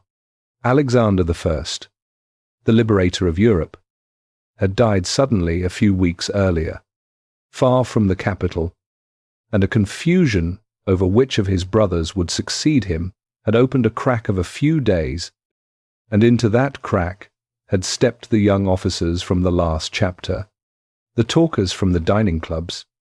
A decade of quiet conversation about constitutions had hardened into secret societies, and the societies had decided that the moment of a disputed oath was the moment to act. They marched their regiments onto Senate Square and stood them there, in the freezing wind, demanding a constitution for Russia. It was, by the standards of the coups this square had seen for a century, a strange and doomed performance. The Petersburg backdoor had always worked at midnight, fast and cynical. One drunk regiment installing one ambitious ruler. This was different. This was a mutiny in broad daylight, on principle, led by war heroes, some of them decorated at Borodino, demanding not a new Tsar, but a new kind of country. Their more radical leaders wanted a republic. The soldiers themselves mostly did not grasp the details. And a story went around afterward, probably polished, but perfectly aimed, that when the officers had the men chant for Constantine and Constitution, some of the soldiers assumed Constitution was Constantine's wife. On the other side of the square, watching, sat the new Tsar himself, Nicholas I, 29 years old, a tall, cold, precise man with a parade ground soul, facing on the first day of his reign the possibility that his own guard would kill him. He tried everything short of force for hours. He sent generals to reason with the mutineers. And one of the most beloved heroes of 1812 rode up to the rebel square and was shot dead from his saddle. He sent the Metropolitan of Petersburg in full vestments, and the soldiers shouted the priest away. The winter light began to fail. His commanders warned him that darkness would spread the mutiny to the watching crowd, and to the city. So, on the first day of his reign, Nicholas I gave the order that would define the next 30 years of Russian history. The cannon fired on the guard, grape shot at close range, into massed ranks of the army's own elite regiments. On the most famous square in the capital, the rebel formation shattered in minutes. Men fled across the frozen Neva, and the artillery fired onto the ice itself, breaking it under them. By nightfall, the square was cleared. The bodies were being tipped into holes cut in the river, and the Romanov dynasty had crossed a line it could never uncross. It had turned its guns on its own defenders. In daylight, in public, the dynasty and the educated class that served it were never fully on the same side again. What followed told Russia what kind of reign had begun. 5 of the ringleaders were sentenced to hang, and on the scaffold, in a detail so grim it passed instantly into legend. 3 of the ropes broke, dropping the half-hanged men alive into the pit, and one of them was heard to say that poor Russia could not even hang a man properly. Custom in such cases was mercy. Nicholas had them hauled up and hanged again. More than 100 others, princes and colonels and poets, were stripped of rank and sent to the Siberian mines in chains. And then came the detail that gave the whole tragedy its afterlife. 11 wives of the condemned, young, aristocratic women with every comfort in the world to lose, petitioned the Tsar to follow their husbands. Nicholas made the price explicit. A woman who went east surrendered her titles, her property, and her children forever. 11 of them went anyway, trading palaces for huts beside the prison mines. And Russia never forgot them. Poems about the Decemberist wives were still being memorized by schoolchildren a century after the men themselves were dust. Nicholas I drew one lesson from the square, and he built his entire reign on it. The enemy was not an army. The enemy was ideas, and ideas moved invisibly through books, universities, and conversation. So the state would now have to police thought itself. Within months, he created a new institution, the Third Section, a secret political police with a mandate no Russian ruler had ever written down before: to watch everyone. Censors sat over every printing press in the empire, and the censorship reached levels that tipped into farce. With one censor objecting to arithmetic textbooks and cookbooks scrubbed of politically suspicious phrases, foreign travel required the Tsar's permission, university enrollments were capped, an official doctrine was proclaimed for the whole empire, 3 words that were the exact ideological opposite of the 3 words of the French Revolution: orthodoxy, autocracy, nationality, faith in God, obedience to the Tsar, loyalty to Holy Russia, and nothing else, ever. Europe took to calling Nicholas the gendarme of the continent. And when revolutions swept the European capitals in 1848, his Russia sat frozen and silent, and he sent his army into Hungary to crush the revolution there on a neighboring monarch's behalf. The fortress with no doors had sealed its windows too, and for 30 years it appeared to work. That is the trap of this kind of order, and the chapter of Nicholas I exists in this story to demonstrate it. The parades were immaculate. The censors were busy. The empire projected an image of granite permanence that half of Europe envied and the other half feared. The image lasted right up until the moment someone tested it with artillery.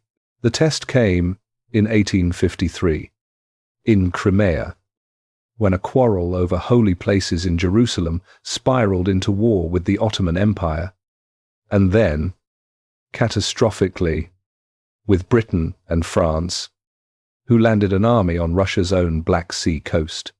Nicholas had the largest army on earth. On paper, 1 million men, defending its home soil against invaders supplied from 1,000 miles away. And Russia lost, not gloriously, the way 1812 had been almost lost, but grindingly, humiliatingly, because the Granite Empire turned out to be hollow. British and French infantry carried modern rifles that killed at 5 times the range of the Russian muskets. Their armies arrived by steamship and, eventually, supplied themselves by a small railway they built on the spot, while Russian reinforcements walked, for weeks, down dirt roads, into a country that had barely 600 miles of railroad track from end to end. The army of parades came apart against the armies of industry. Corruption in the supply services left soldiers without boots and hospitals without bandages, and a single fortress city, Sevastopol, absorbed a year-long siege and the lives of 100,000 Russian soldiers before it fell. 30 years of orthodoxy, autocracy, and nationality had produced an empire that could suppress any idea and could not manufacture a rifle to match a French one. The men who froze at Sevastopol were serfs, marched there on foot, owned by the class whose privileges the whole frozen system existed to protect. Nicholas I died in February of 1855, with the war still being lost, rigid to the end, and there were persistent whispers in Petersburg that the granite man had died of shame. He left the throne to his son, Alexander, a softer, more open man of 36 who had been raised by a poet and had toured Siberia and actually met the exiled Decembrists his father had sent to the mines. The new Tsar looked at the smoking wreckage of his father's system and reached a conclusion no reigning Romanov had spoken aloud in half a century. Russia would have to change, deeply and quickly, or stop mattering in the world. And unlike every Tsar before him, he meant it. He would free 40 times more human beings with one signature than any ruler in history. He would reform the courts, the army, And the schools. He would go further than any Romanov had ever dared to go. Russia would thank him for it by hunting him like an animal through the streets of his own capital. The Catherine Canal Embankment, St. Petersburg, Sunday, March the 1st, 1881. Early afternoon.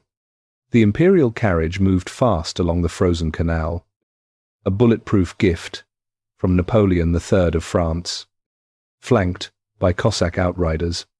On the sidewalk, a young man stood holding a small white package wrapped like a cake from a confectioner. As the carriage drew level, he stepped forward and threw it under the wheels. The blast tore the back of the carriage apart, killed one of the Cossacks, and mortally wounded a 14-year-old delivery boy who happened to be passing, and the Tsar of Russia climbed out of the wreckage without a scratch, because the French armour had held. His coachman begged him to stay in what was left of the carriage and drive on. His police escort begged him. Alexander II waved them off and walked back through the smoke, the way he understood a Tsar must, to look at the wounded, to look at the man who had just tried to kill him, now pinned against a railing by soldiers. Witnesses heard the terrorist call out to him, warning that it was too early to thank God. The Tsar had survived so many attempts on his life by then, at least 6, that a strange fatalism had settled over him. He crossed the snow toward the wounded boy, and a second young man, who had been standing against the canal railing the whole time, holding an identical package, waited until the Emperor of Russia was 2 steps away, and threw the second bomb at his feet. When the smoke cleared, some 20 people lay on the reddened snow, and among them, his legs shattered and his body torn open, lay the man who had freed more human beings with a signature than any ruler in the history of the world. They carried him back to the Winter Palace on a sleigh, leaving a trail of blood on the pavement, because he had asked to die at home. Within the hour, in front of his family, he did, standing in that room, watching his grandfather bleed to death on a couch, was a 13-year-old boy named Nicholas. Hold that boy in the corner of the frame, and now go back 26 years, because the whole tragedy of this dynasty is compressed into the distance between what Alexander II did and how he died. He had come to the throne in 1855, with Sevastopol falling and his father's granite empire exposed as a shell. He was not a natural rebel. He was a cautious, conservative man who wept at his father's deathbed. But he could read a battlefield report, and the reports all said the same thing, that an empire of serfs could not compete with nations of citizens. In a speech to the Moscow nobility, a year into his reign, he said the words out loud that no Tsar had permitted anyone to say, that it was better to abolish serfdom from above than to wait for the day it began to abolish itself from below. The nobles understood exactly what he meant. Pugachev meant the lid, or the explosion. It took 5 years of drafting against the resistance of the very class the throne depended on. And in February of 1861, Alexander II signed the Emancipation Manifesto, and some 23 million human beings stopped being property. It remains, by raw count, possibly the largest single act of liberation ever performed, and it happened 2 years before Abraham Lincoln's Emancipation Proclamation, a comparison Americans at the time made constantly. 2 vast empires, 2 systems of human bondage, 2 liberators signing within the same decade. The parallel would hold further than anyone wished. Both men would be assassinated for what they signed, 5,000 miles and 16 years apart, And yet the freedom in the manifesto had a catch buried in it. And the catch poisoned everything. The serfs got their liberty. But the land they had worked for generations stayed. Legally. With the masters. To get land, the freed peasants had to buy it. Through state loans stretched across 49 years of redemption payments. Often for plots smaller than the ones they had farmed as serfs. At prices inflated above what the land was worth. A peasant born free in 1861 could expect to spend his entire life, into old age, paying installments on soil his grandfather had already watered with 50 years of labor.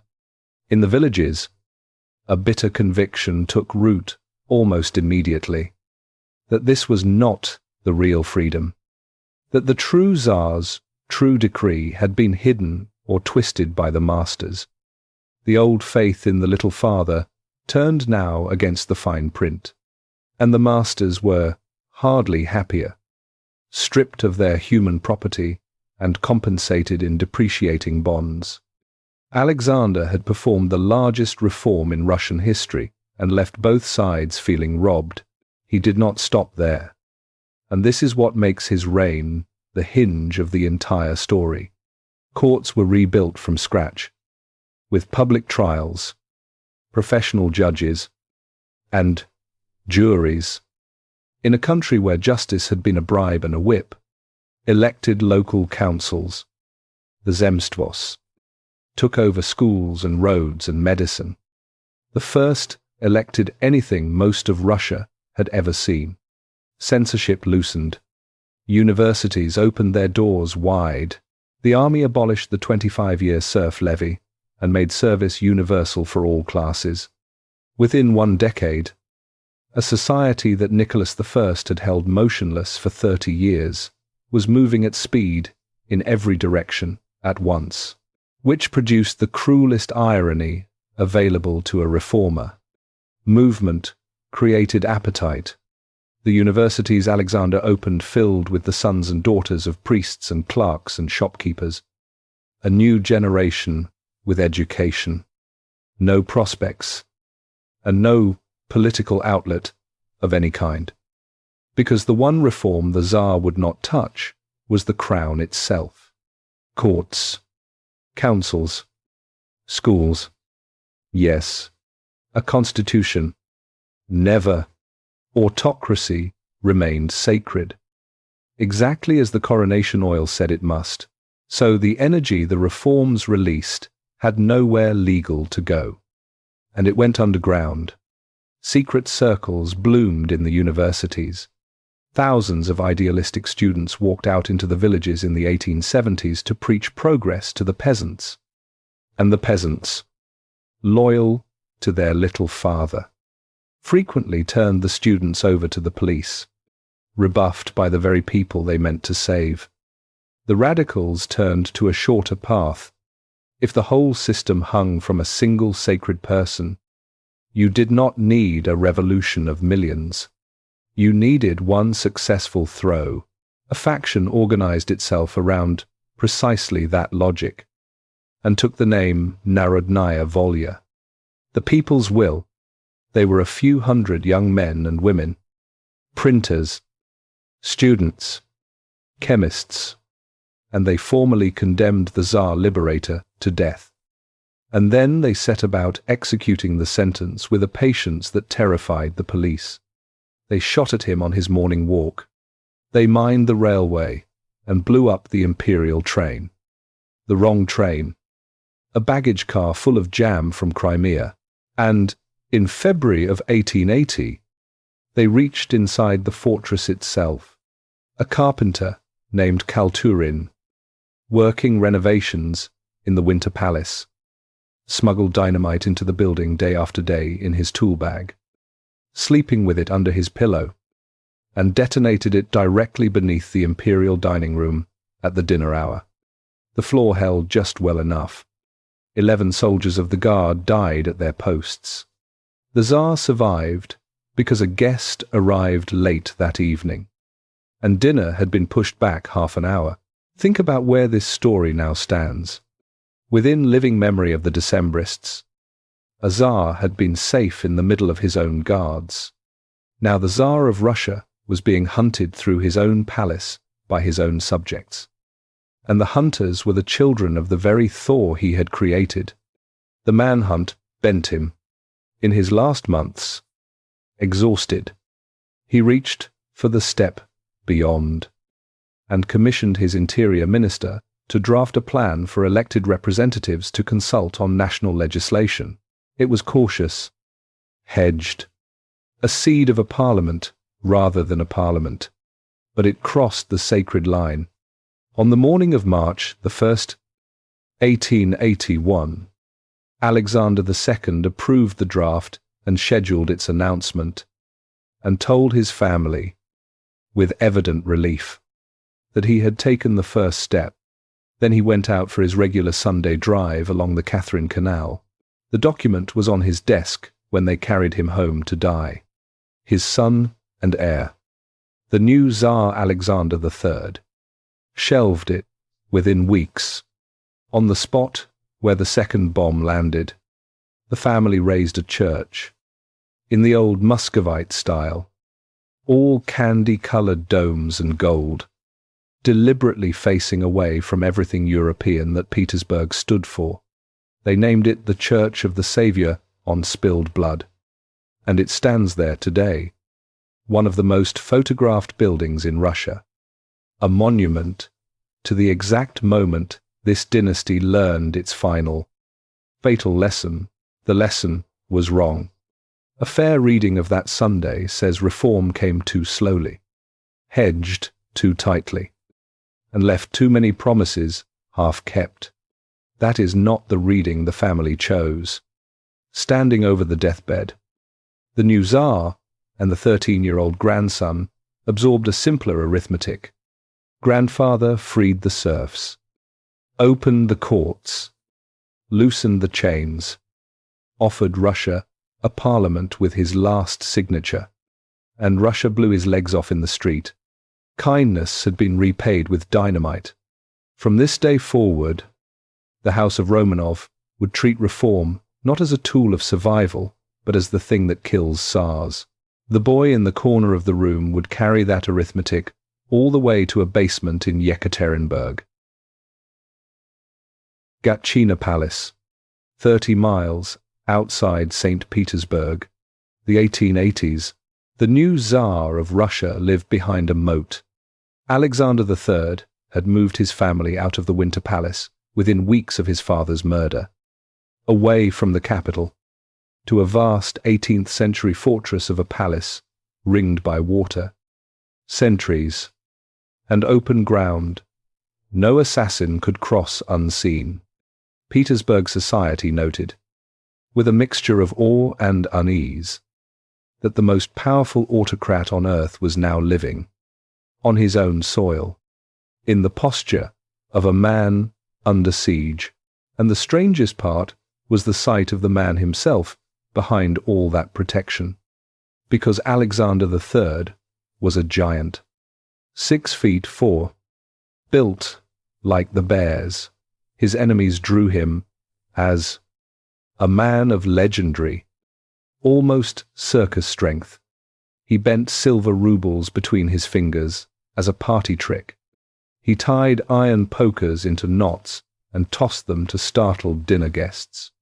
When the Austrian ambassador, during a tense exchange, hinted that Austria might mobilize 2 or 3 army corps, Alexander picked up a silver fork, twisted it into a loop, and dropped it on the ambassador's plate, and said that this was what he would do to Austria's corps. Once, the strength stopped being a party trick.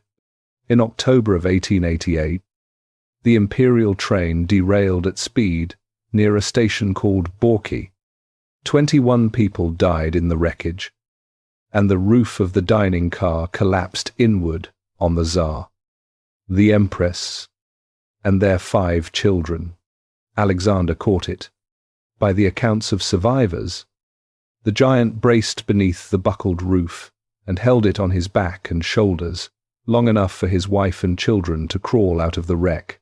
His son, Nicholas, 20 years old, crawled out from under his father's arched body. The family called it a miracle and built churches. The doctors, years later, would trace the kidney disease that killed him to the crushing strain of that morning. It is the perfect emblem of the man, and of what he believed a Tsar was for. The world falls in. The father holds the roof. The family survives because one man refuses to bend.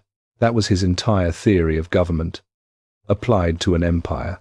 The reforming minister and his consultative assembly were dismissed almost at once, and the murdered Tsar's signed draft went into a drawer forever. In its place came a manifesto, written by Alexander's old tutor, a brilliant and utterly frozen former law professor named Pobedonostsev, reaffirming faith in the full, unshared, God-given power of autocracy. Pobedonostsev is worth a moment, because through him, the granite doctrine of Nicholas I reached out of the past to educate the last two Tsars. He called parliaments the great lie of our time. He believed men were weak. Faith was order. And any concession was the first crack in the dam. He had tutored Alexander III. He would tutor Nicholas II. One man's winter, planted in 2 reigns. The counter-reform, rolled out across the 1880s with methodical thoroughness.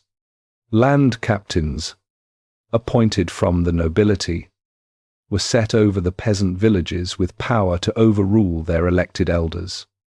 A hand of the old mastery laid back on the countryside. University fees rose sharply, and a decree that scandalized even conservative Europe instructed schools to turn away what it called the children of cooks, coachmen, and laundresses. Closing the ladder, Alexander II had opened. Censors reclaimed the press. The courts kept their forms but lost pieces of their independence. None of it was hysterical. All of it was deliberate.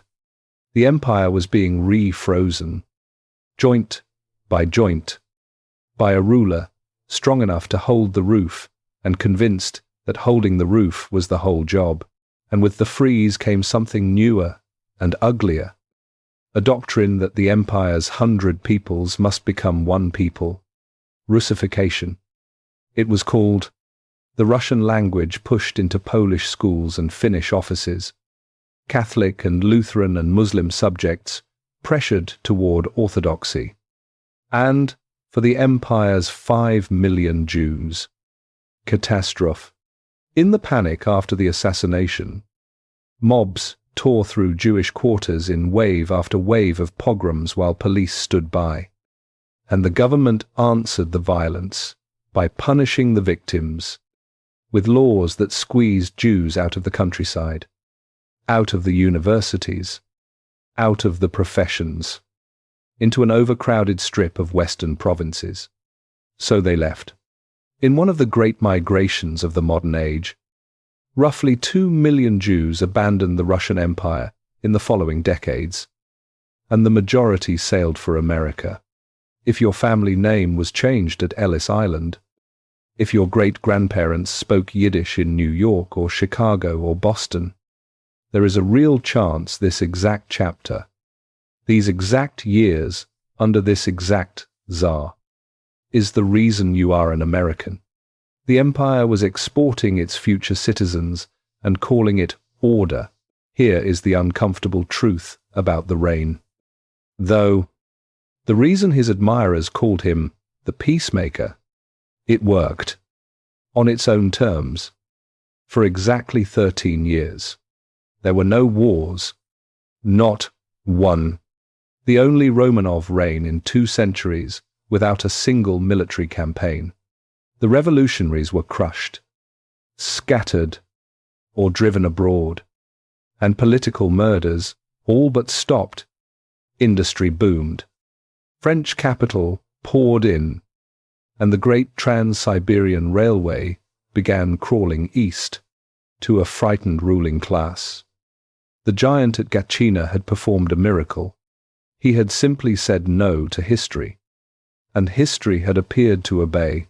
All of it rested on one enormous, unexamined assumption that the giant would be there to hold the roof for decades, and his son could ripen slowly in his shadow. Alexander III treated his heir accordingly, which is to say, as furniture. Nicholas was small, gentle, and shy where his father was vast and blunt, and the father made little secret of his low opinion, reportedly calling the boy's judgment childish, even as the boy entered his mid-20s. The heir to the largest empire on earth was given regiments to charm and ceremonies to attend, and was invited to sit on a railway committee, and was taught by Pobedonostsev that autocracy was sacred and parliaments were lies, and was taught nothing whatsoever about actually running a government, because there was time. The Tsar was a mountain in his 40s. There was all the time in the world. In the winter of 1894, the mountain began to die. The kidneys, strained since Borky, failed fast. Through the autumn, the strongest man in Russia wasted at a palace in Crimea, and the succession that had seemed decades away came rushing at a 26-year-old who had never once been allowed to make a decision that mattered. Nicholas was not stupid. Whatever his father thought, he saw the gap between the job and himself with perfect clarity, and it terrified him. In those weeks he turned to his cousin and poured out the question that should haunt this entire story. What is going to happen to me? And to all of Russia? I am not prepared to be a Tsar. I never wanted to become one. I know nothing of the business of ruling. On the 1st of November, 1894, Alexander III died in an armchair at Livadia, aged 49. By the accounts that came out of that room, his last counsel to his son was the distilled creed of the reign, delivered from the deathbed of a giant to a son trembling at the door. Hold on to autocracy. Guard it as your father guarded it. Everything else follows from that. It was the last lesson Nicholas ever received from his father, and he obeyed it, literally, faithfully, for 23 years, while the world it was written for dissolved around him. The roof was now on the shoulders of a man who had never been taught to carry anything, and in the crowd of mourners following the giant's coffin across Russia, that November walked a shy German princess with red gold hair, newly arrived, newly orthodox, and newly engaged to the weeping young man behind the casket. Petersburg crossed itself at the sight of her, and whispered that she had come to them behind a coffin, and that the omen was bad. Petersburg had no idea. Hodinka Field, outside Moscow, the night of May, the 29th, 1896. 4 days after the coronation of Nicholas II, 500,000 people camped in the open dark, waiting for morning. The new Tsar, following ancient custom, was to give his people a coronation gift, and word had spread through the villages for weeks. There would be free beer, sausage, gingerbread, and an enameled cup painted with the imperial arms. A cup a peasant family would keep on the icon shelf for generations. Proof they had been there the day the little father was crowned. Whole families walked for days to reach the field. By midnight the crowd stretched farther than the eye could carry, packed shoulder to shoulder, growing by the hour. The field they were standing on was a military training ground. And this is the detail on which everything turned. It was gouged with trenches, ditches, and abandoned wells. Lightly boarded over, or not covered at all, and the gift stalls had been built in a line with the widest ditch running directly in front of them like a moat in the dark. Just before dawn, a rumour moved through the crowd, the way rumours move through 500,000 tired, hungry people. There were not enough cups. The ones at the edges would get nothing. The crowd leaned in, the way water leans, and then it broke and ran, and there was nowhere to run except forward, over the ditches, and the boards gave way, and the people underneath did not get up, and the people behind could not stop, because 500,000 people were behind them. It lasted perhaps 15 minutes. When it was over, official counts put the dead at 1,389, trampled and suffocated in the pits, with more than 1,000 injured, though many believed the true number was higher. Carts spent the morning carrying bodies away from the field while the gift stalls, absurdly, opened and handed out the cups.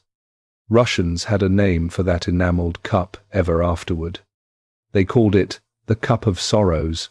Nicholas learned of it that morning, and by every account, he was horrified. And his first instinct was the right one. He wanted to stop everything, cancel the festivities, and withdraw to a monastery to pray for the dead. Then his uncles went to work on him. That evening, the French ambassador was giving a magnificent ball in the new Tsar's honor. Years in the planning. Flowers shipped from the south of France. And the uncles argued that cancelling would insult Russia's one great ally. At the moment, the alliance mattered most. The foreign policy argument was real. The advice was still catastrophic. And Nicholas, 28 years old, 4 days crowned, standing between his own conscience and a wall of older, louder, more certain men, did what he would do at nearly every decisive moment for the next 22 years. He gave in. That night, while carts were still moving bodies across Moscow, the Tsar and his young wife opened the French ball and danced. He visited the injured in the hospitals in the days after, and paid pensions to the bereaved families out of his own purse. And none of it mattered, because Russia had already taken the photograph, and it never faded. The little father dancing while his children lay in rows. It was unfair in its way, as such photographs are. Witnesses at the ball described the imperial couple looking pale and stricken. And the Empress, by several accounts, had been weeping. Russia was not interested in the footnotes.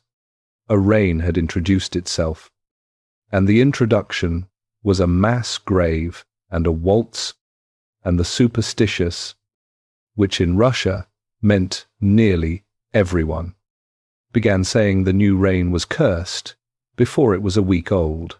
Here is what makes this story a tragedy rather than a villain's tale. Set the crown aside, and Nicholas II was, by the testimony of nearly everyone who dealt with him closely, one of the most decent men ever to hold absolute power. He was gentle, unfailingly courteous, devout without display, a man who chopped his own firewood for exercise and remembered the names of centuries. His personal habits would have embarrassed a country priest. Plain soup, old, mended tunics, cold baths, where his grandfather had kept mistresses openly, and his ancestors had turned the court into a carnival of favourites. Nicholas had exactly one love in his entire life, and he married her. Her name was Alix of Hesse, a minor German princess and a favourite granddaughter of Queen Victoria of England.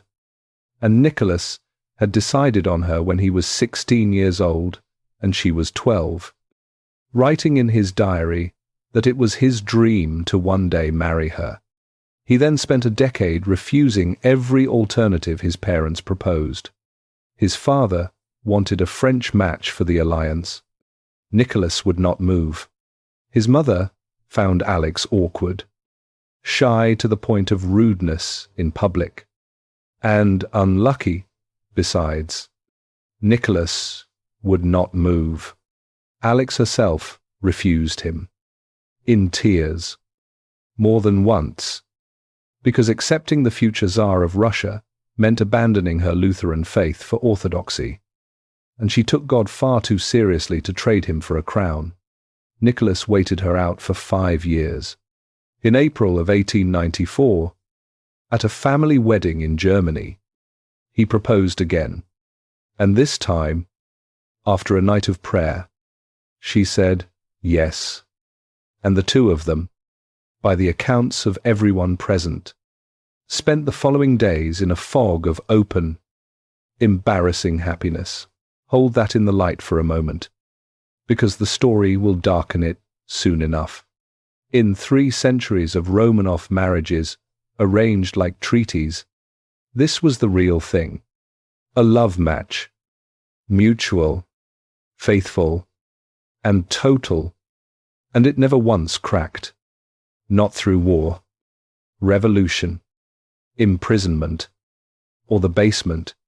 Their letters to each other, thousands of them over 20-odd years, read like the correspondence of newlyweds to the very end. The marriage was the great fortune of Nicholas's private life. It was also, and this is the cruelty at the center of these next chapters, the single most dangerous fact of his reign, because this shy, absolute, all-forgiving love became the one voice he trusted above every minister, every general, and every fact. 7 months after the proposal came the coffin. Alexander III died with the wedding still unscheduled, and Alex arrived in Russia not for a coronation, but for a funeral, riding through silent crowds behind the giant's casket. Petersburg, already unsettled, whispered the line that followed her for the rest of her life. She has come to us behind a coffin. The wedding could not decently wait, because the new Tsar needed an Empress. So it was held 1 week after the funeral, the court still in mourning, the bride in silver moving through halls hung with black. Nicholas wrote to his brother that their wedding felt like a continuation of the funeral service, with one difference, that he was now allowed to wear white, and before the year of mourning was even out, Nicholas answered, in public, the one question every thinking person in Russia was asking about him. The Zemstvos, the elected local councils his grandfather had created, sent the customary addresses of congratulation to the new Tsar, and one of them, from the province of Tver, added a sentence so mild it barely qualified as politics, expressing the hope that the voice of elected local men might sometimes reach the throne. It was a request for consultation. It was not even a request for a parliament. In January of 1895, receiving the assembled delegations, Nicholas read out his reply in the clipped, nervous voice of a man delivering a memorized lesson, and the lesson was pure Pobedonostsev. It has come to my knowledge, he said, that voices have been heard, carried away by senseless dreams about participation in the affairs of government. Let all men know that I shall devote all my strength, for the good of the whole nation, to maintaining the principle of autocracy just as firmly and unflinchingly as did my unforgettable late father. Senseless dreams. 2 words, and every moderate, patient, loyal reformer in the empire heard the door his grandfather had touched swing, shut, and lock. The men who had hoped to work with the crown went home humiliated, and the young radicals in the universities smiled, because the Tsar had just told Russia, in his own voice, that between the palace and the future There would be no bridge. Whoever wanted change would have to come and take it. The reign had its omen, its empress, and now its creed. All it needed was an heir. The Alexander Palace, Tsarskoye Selo, 15 miles south of St. Petersburg. The early 1900s, while the season glittered in the capital, while the great families gave the balls that made Petersburg the most extravagant court in Europe, the Empress of Russia sat in a modest room with walls, furniture, and flowers, all in shades of one color, lilac and mauve, writing letters in English at a small desk. The mauve boudoir. The household called it. She had filled it with chintz furniture ordered from a London department store, photographs by the hundred, and icons. It was the room of a comfortable English gentlewoman, transplanted into a palace of 1,000 rooms, and she preferred it to every other room in the empire. Invitations went out from the capital, and were declined. The court waited for its empress to take up her role as the radiant center of society, season after season, and she did not come. Petersburg never forgave her for it. And to understand the disaster that follows, you have to understand how total the failure of that relationship was, and how little of it was anyone's deliberate fault. Alexandra Feodorovna, as Alex became at her conversion, was constitutionally incapable of the performance of the job required. She was intelligent, sincerely and deeply religious, and devoted to her husband to the point of ferocity, and she was also painfully, physically shy. Crowds made her freeze. Her face, under strangers' eyes, locked into a stiff, cold mask, and red blotches spread up her neck. And small talk, the entire currency of court life, deserted her completely. Her grandmother, Queen Victoria, had raised her partly in England after her mother died young, and had installed in her a very English, very Victorian contempt for glitter and gossip. She looked at the Petersburg aristocracy, with its French chatter, its affairs conducted in plain sight, its cynicism worn as style, and she saw everything her grandmother had taught her to despise. Petersburg looked back and saw a cold, dowdy, judgmental German who thought herself too good for them. Both verdicts hardened within a couple of years, and neither side ever revised them. The Empress of the most social court in Europe simply seceded from society, and society, which controlled every drawing room and half the gossip in the empire, went to war against her reputation and never stopped. What she seceded to was, by the standards of any court in history, almost unbelievably ordinary. Behind the gates of Tsarskoye Selo, she and Nicholas built something no Romanov palace had ever contained, a private, middle-class, English-style family life. They shared a bedroom, which reigning couples simply did not do. She nursed her own babies, which empresses did not do.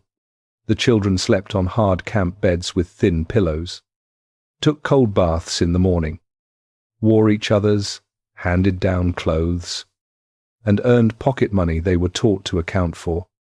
Daughters of the richest ruling house on earth, raised like the children of a thrifty country parson, because their mother believed luxury rotted the soul.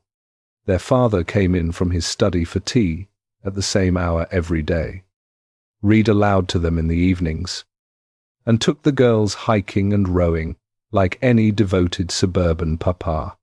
Guests who penetrated the family circle came away disoriented, reporting that the autocrat of all the Russias lived more simply than most of his own provincial governors. It was, everyone close to it agreed, the happiest home in the history of the dynasty. It was also a fortress, and the family was both safe inside it and sealed inside it. And the two things were the same thing. The warmer the world within the gates, the fainter the signals from the world beyond them. Into that world the children came, and with the children, the pressure that would bend the Empress toward the strangest chapter of this story. In November of 1895, a daughter, Olga, greeted with joy, because there was time. In 1897, a second daughter, Tatiana. The country noted it. In 1899, a third, Maria, and the congratulations acquired a strained politeness. In June of 1901, a fourth daughter, Anastasia, and by then the disappointment was official enough that people barely bothered to hide it. And Nicholas, whatever he felt, took a long walk before going in, by one account, to greet the baby, so that no one would see anything on his face but tenderness.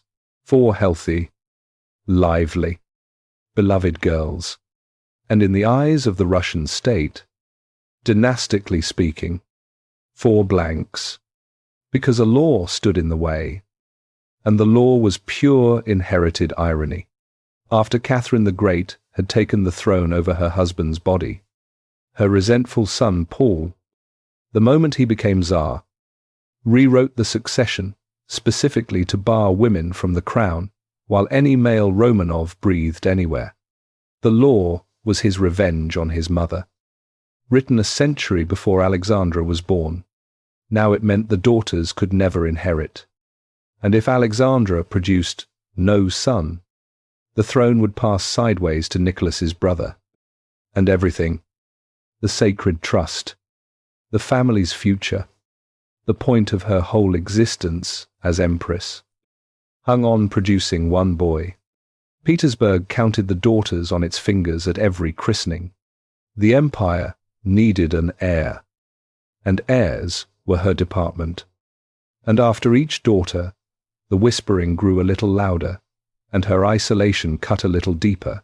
Watch what that pressure does to a woman already devout, already lonely, already convinced that the fashionable world hated her. Her religion, which had begun as conviction, deepened year by year into something hungrier, a search for direct signs, direct Intervention, a God who could be reached and would answer, and where official orthodoxy offered liturgy, the fringes of Russian religious life offered results, or promised them. Petersburg society itself, bored and decadent, was drunk on the occult in those years. Seances and table rapping in half the great houses. So, the palace was swimming with the same current as the city. Holy wanderers, faith healers, and visionaries began to appear in the imperial circle, vouched for by grand duchesses, blessed by fashionable priests. A French mystic named Philippe, a former butcher's apprentice with hypnotic eyes and no medical license, attached himself to the imperial couple for a time, and in 1902 he assured the Empress that her prayers were answered and a son was coming.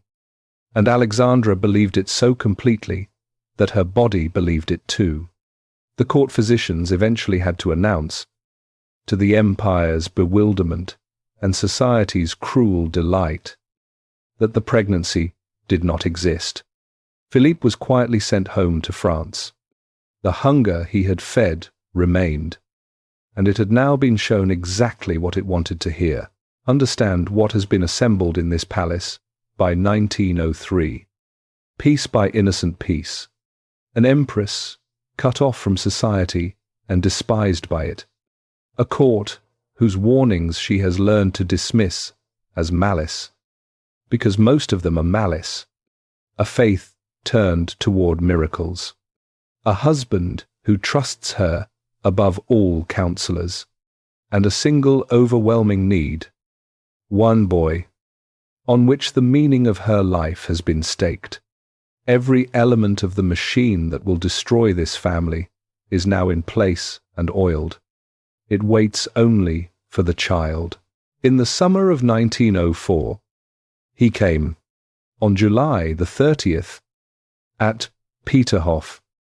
Alexandra gave birth to a son, and the guns of the fortress of Peter and Paul thundered a 301-gun salute across the capital, and the empire exhaled.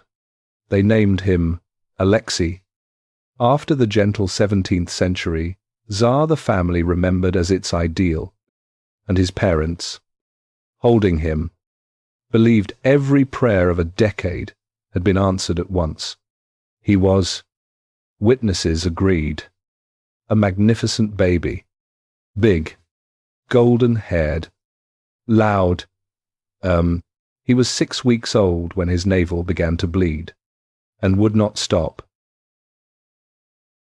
St. Petersburg, Sunday morning, January the 9th, 1905, they came out of the workers' districts in columns, tens of thousands of them, dressed in their Sunday best, and if you had stood on a corner and watched them pass, you would have sworn you were watching a religious procession, because that is what it was. They carried icons, they carried church banners, they carried large framed portraits of Tsar Nicholas II, held high over the crowd like the images of a saint, and as they walked through the snow toward the Winter Palace, they sang hymns, and they sang, "God Save the Tsar." Men had brought their wives. Wives had brought their children. Witnesses remembered fathers carrying little ones on their shoulders, so the children could say, someday, that they had been there the day the people went to see the Tsar. Remember the crowd from the beginning of this story. The peasants kneeling in the mud as the imperial carriage passed, pressing forward just to touch something the Anointed One had touched. This was that crowd, 3 centuries of that faith, walking across the snow in its best clothes to knock on the little father's door. They were led by a priest, Father Georgy Gapon, a magnetic young churchman who ran workers' assemblies that the government itself had approved, walked at the head of the largest column in his robes, carrying a petition to place in the Tsar's own hands. The winter behind them had been desperate. Russia was a year into a war with Japan that was going catastrophically wrong. Prices had soared. A strike at the giant Putilov metalworks had spread until well over 100,000 workers were out, and the city was cold and hungry and out of patience with everyone except the one man the workers still believed in. The petition Gapon carried tells you everything about where Russia's heart still was on that morning. It begged, "Sire," it began, "we, the workers and inhabitants of St. Petersburg, our wives, our children, and our helpless old parents, have come to thee, O Sire, to seek justice and protection. We are impoverished. We are oppressed. We are treated not like humans but like slaves. The document asked for an 8-hour day, for fair wage, for an elected assembly, and it closed with a promise and a warning tangled together that if the Tsar did not appear, did not receive his people, the bond between them would die on that square. The Tsar was not in the palace. He had not been living in the capital at all. Nicholas was at Tsarskoye Selo, 15 miles away, behind his gates, with his wife and his daughters and his infant son, and the men left in charge of the city had made their decision the night before. The processions would be stopped at the bridges and the gates. 12,000 troops had been moved into position. No one had planned a massacre. No one had planned anything else either. At the Narva Gate, at the Troitsky Bridge, on Palace Square itself, the columns met the infantry lines, and the same scene repeated across the city with small variations. The soldiers ordered the crowds to halt. The crowds, packed deep, singing, carrying icons and children, kept coming, some because they could not hear, some because they could not stop, most because they simply did not believe that soldiers of the Tsar would fire on people carrying the Tsar's own portrait. Bugles sounded, warning volleys went over heads, and pigeons scattered off the rooftops, and then the rifles came level, and the third volleys went into the crowd. They fired at the Narva Gate, where Gapon marched, and the man beside him fell dead. They fired at the bridge. They fired on Palace Square, into families backed against the railings of the Alexander Garden. Cavalry rode down the fleeing. Children who had been lifted onto garden fences to see were shot off them. By nightfall, the government admitted to 96 dead. The actual number, historians now estimate, ran into several hundred killed and many hundreds more wounded, and Petersburg spent the evening dragging its dead home on sleds, leaving long red lines in the snow. Somewhere in the panic of that afternoon, Father Gapon, hauled off the ground by his followers, his robes torn, stood in a courtyard full of the wounded and said the words that buried 300 years of faith in one sentence. There is no God any longer. He told them, there is no Tsar. That evening, 15 miles away, Nicholas sat down with his diary as he did every night of his life. A painful day. He wrote, serious disorders took place in Petersburg when the workers tried to get to the Winter Palace. The troops had to fire in several parts of the city, and there were many killed and wounded. Lord, how painful and how sad.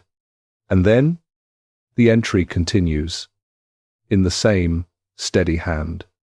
Mama arrived from town, and we had lunch. And he walked, and they had tea. You have seen this diary before, and you will see it again in a basement. A man recording everything, absorbing nothing, sad in the way one is sad about weather. He had not ordered the shooting. He had not known the details of the plan. It did not matter in the slightest. And this is the point on which the whole chapter turns. The people had not come to see a government. Governments have ministers, and ministers can be blamed. The people had walked to the palace to see their father, and their father had not been home, and his soldiers had shot them in his name under his portrait. The myth of the little father, the oldest and strongest thing in Russian political life, older than the dynasty itself, died on January the 9th, 1905, and in the weeks that followed, in workers' quarters across the empire, people took the Tsar's portrait off the wall, the portrait every household kept beside the icons, and put it away, or burned it. There is no gesture in Russian history that says more. What followed filled the entire year, and the year got a name of its own, the Revolution of 1905. Strikes rolled across the empire, industry by industry, city by city. Peasants burned manor houses by the hundred through the summer, the old Pugachev fire flickering back to life. The battleship Potemkin mutinied in the Black Sea, sailors of the Sacred Navy throwing their officers overboard.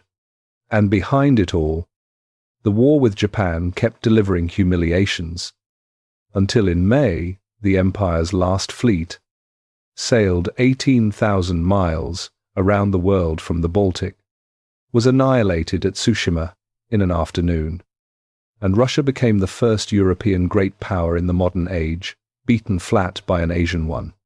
By October, the empire had simply stopped. A general strike, the largest the world had ever seen, shut the railways, the telegraphs, the factories, the pharmacies, the ballot. Petersburg went dark at night. The regime was not overthrown that autumn. It suffocated, until the only choices left on the Tsar's desk were a military dictatorship no one could staff, or a piece of paper no Romanov had ever agreed to sign. On October the 17th, 1905, Nicholas signed the paper. The October Manifesto granted, in a few hundred words, what his grandfather had died reaching toward and his father had sworn to bury: civil liberties, and an elected national parliament. The State Duma, without whose consent no law would take force. Petersburg poured into the streets, and strangers embraced and wept. For a few days it was possible to believe the fortress had finally, voluntarily, cut a door in its own wall. Nicholas did not believe it for 1 hour. To him the manifesto was not a covenant. It was a thing extracted from him at knife point while his empire burned. A sin against his coronation oath committed under duress, and everything he did afterward followed from that. He wrote to his mother that terrible days had passed and that he felt the shame of it. Within months, with the army back from the east and the revolution breaking up, the retraction began. New fundamental laws, issued before the first Duma ever met, declared his power supreme and autocratic and fenced the parliament out of the budget. The army and the ministry, the first Duma, seated in 1906, demanded land reform, and Nicholas dissolved it within 73 days. The second went the same way. Then the election law itself was quietly rewritten to shrink the votes of peasants and workers until the chamber came out tame. The door the empire had bled for was reduced, within 2 years, to a decorative panel on the same blank wall, and so the empire entered its final decade in a strange, poisoned quiet, a constitution that its author author regarded as void, a parliament preserved as furniture, a people that had stopped believing, and a Tsar who believed more than ever, because he had survived, which proved God still held him. The public catastrophe had taught him nothing, and, in fairness, the public catastrophe did not have his full attention. And here the story turns, at last, through the palace gates, back to the family, back to the golden baby with the 301-gun salute, because through every month of that terrible year, while the empire burned in the newspapers, Nicholas and Alexandra were burning privately over something no newspaper knew. The heir of the house of Romanov was sick, and the sickness had no cure, and no one in a country of 130 million people could be allowed to find out. A hunting lodge at Spawa, in Russian Poland, October 1912. Down a corridor of the lodge, behind doors the servants had learned not to approach. An 8-year-old boy had been screaming for 11 days. The screaming was not constant anymore. He was too weak for that now, and it came in cycles, rising when the pain crested, sinking to a moaning delirium. And the household lived inside, the sound the way people live inside weather. His temperature was 39, and climbing, his left leg was drawn up rigid against a belly swollen hard with the blood that was pouring, drop by drop, into the joint of his hip and thigh with nowhere to go. The doctors summoned from Petersburg could do nothing except watch, because there was nothing in medicine to be done. and everyone in the room understood that they were probably watching the heir to the Russian throne die. At the worst of it, the boy turned to his mother, who had not properly slept in a week and a half, and asked her, "When I am dead, build me a little monument of stone in the woods." Down the corridor, the household performed normality with the discipline of a theatre company. Guests came to dinner. There was a shooting party. One evening, the boy's two eldest sisters performed scenes from a French play for visitors while their mother sat in the front row, gracious, attentive, laughing where laughter was called for, and the visitors did not know that through a door behind her a child was moaning toward death, and when the sound threatened to carry, she rose, made an apology about checking on a slight fever, walked calmly out, and ran. A court bulletin was finally issued when the crisis could no longer be entirely hidden. It said the Tsarevich was unwell. It named no illness. In the capital, newspapers quietly prepared obituaries for an 8-year-old boy without being told what he was dying of, and the priests said prayers for his recovery in every church of the empire, and not one priest saying them, and not one Russian kneeling at them, knew what was actually wrong. What was wrong had a name the family almost never spoke aloud. Even among themselves, hemophilia, the blood of Alexei Nikolaevich Romanov, could not clot. A cut on the skin was manageable. Pressure and bandages could close it. And this always surprises people. The killer was the bleeding you could not reach, the slow seep inside a joint or a muscle from a bump any other boy would forget in a minute, a stumble against a chair leg, a jump off a bench, an over-enthusiastic game, and hours later a knee or an elbow or a hip would begin to fill with blood, swelling against the joint, grinding bone against bone, and the pain of it is described in the medical literature as among the worst a human being can experience. And in 1912, there was no treatment whatsoever, no transfusion, no clotting factor, nothing. You waited, and the child screamed, and either the bleeding stopped on its own, or it did not. Doctors put his odds of reaching adulthood low, and his life expectancy, in that era, was a number no parent could be told without breaking. The disease had come down through the mothers, and the family knew exactly which mothers. And this is where the two royal houses of this story, the one in this film and the one in London, turn out to share a single wound. The line began with Queen Victoria of England, Alexandra's grandmother, who carried the mutation without suffering from it and passed it, invisibly, through her daughters into the royal houses of Europe. Victoria's son Leopold died of it. Her grandsons in Spain and in Germany had it. Royal marriage, the system that was supposed to bind Europe's thrones together in safety, had instead threaded a fatal gene through half the palaces of the continent, and Alexandra's branch carried it. And no one knew until the sons started bleeding. Her own little brother had died of it at 3, falling from a window before her eyes when she was a child. Her sister's boys had it.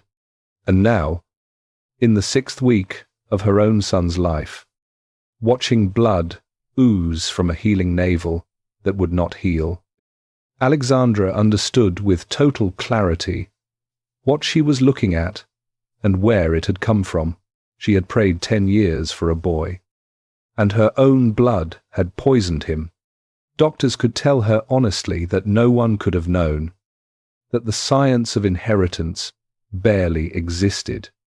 It made no difference. She had delivered the answered prayer and the curse in the same body, and the guilt of that. Her doctor's family and her closest friends all said versions of the same thing afterward. never left her for a single day of the rest of her life. Her heart, strained and skipping, made her an invalid by her middle 30s. She spent her days on a couch in the mauve room, writing, praying, listening for the sound of her son falling. Around the boy, the palace built a system, 2 sailors of the Imperial Navy. Big, careful men, one of them named Derivenko, were assigned to him as living shields, and their entire duty, every waking hour for years, was to hover within arm's reach of a small, energetic boy and catch him. When the bleeding locked his legs, Derivenko carried him for weeks at a time, a growing boy riding a sailor's arms through the corridors of the largest palaces on earth. Alexei was, everyone agreed, a child worth guarding, bright, warm, funny, a little imperious in flashes, with a sweetness the whole household orbited around. He was also a boy, forbidden the entire contents of boyhood. No bicycle, no tennis, no roughhousing, and he broke the rules whenever he could, slip his keepers, because he was 8, and every escape was a roll of the dice. And some of them, like a careless jump into a rowboat that set off the injury behind the Spaur crisis.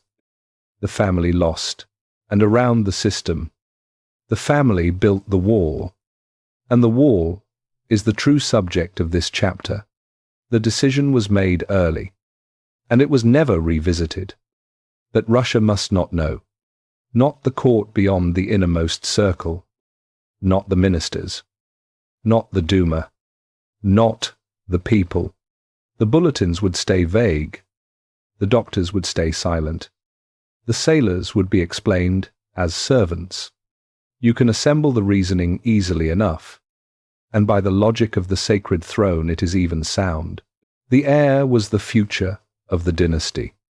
The dynasty was the guarantee of the empire, and an empire already shaking after 1905 could not be handed the knowledge that its future was a boy who might bleed to death from a bruise. Weakness in the anointed was not information, it was detonation.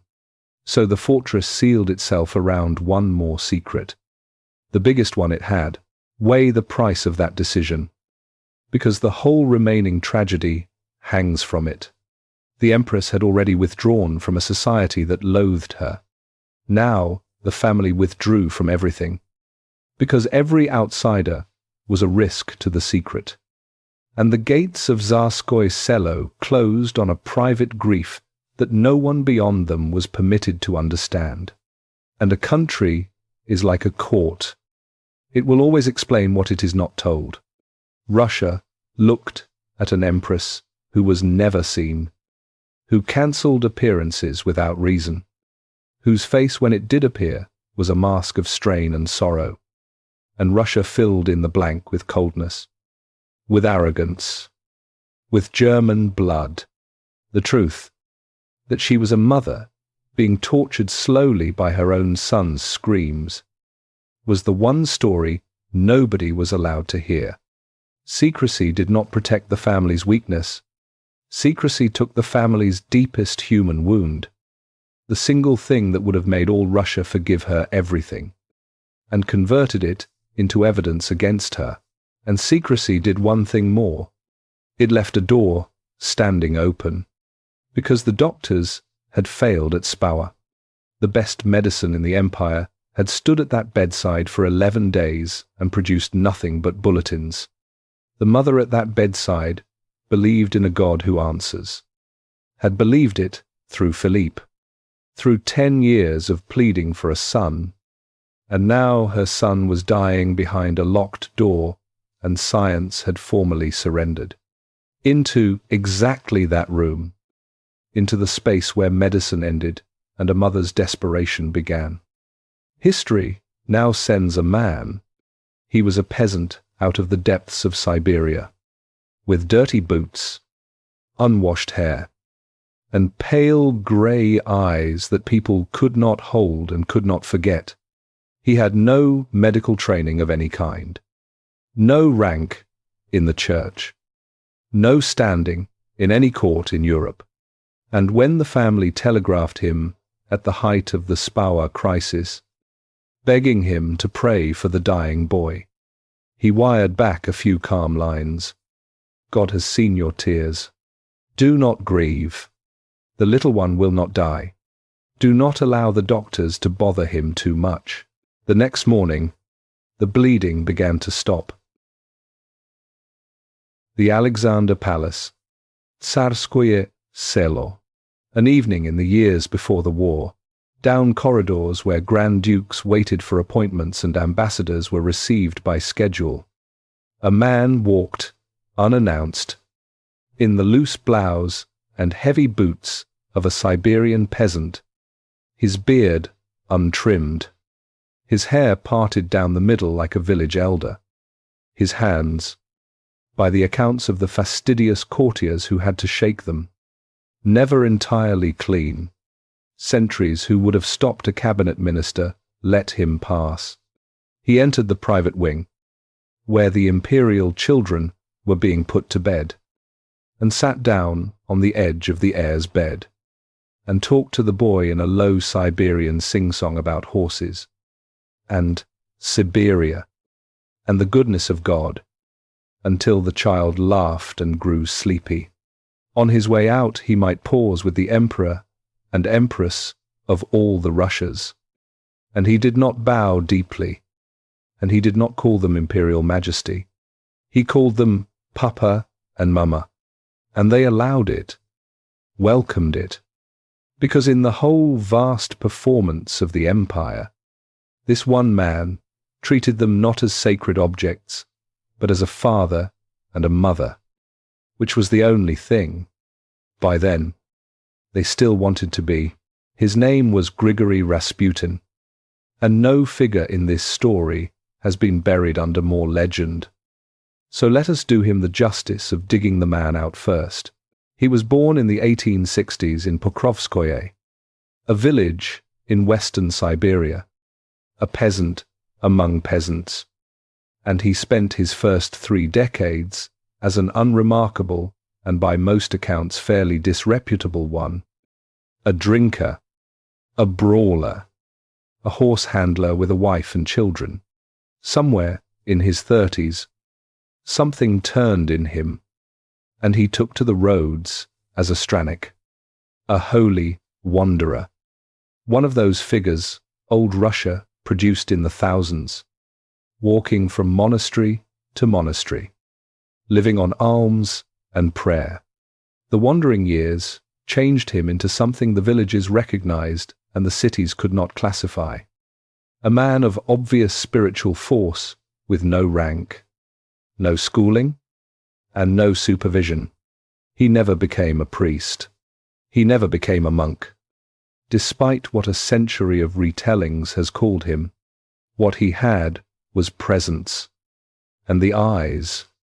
Nearly every written description, by admirers and enemies alike, circles back to the eyes, pale, grey, unblinking, with a weight people described physically, like a hand on the chest. By 1905, he had talked his way up the ladder of fashionable Petersburg religion, vouched for by churchmen who would later loathe him, and into the drawing rooms of the very grand duchesses who trafficked in mystics, and from there, in November of that year, to the palace itself. The timing tells you everything.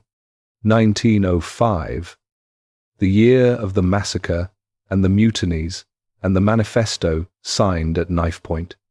The year the family's faith in institutions cracked, and 1 year into the life of a son who could not be allowed to bleed. Rasputin did not force his way into the fortress. The fortress had a wound shaped exactly like him, and he settled into it, because the unbearable fact at the center of the Rasputin story is this. Around the sickbed of Alexei, he appeared to work. At Spauer, after his telegram, the child who was being measured for a coffin recovered. Before that and after it, again and again across a decade, the pattern repeated, recorded in the diaries and memoirs of the household.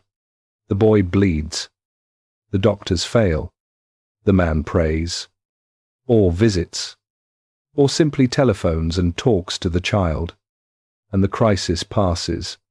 The court physicians, professional men who despised him, admitted in private that they could not explain it and had stopped predicting against it.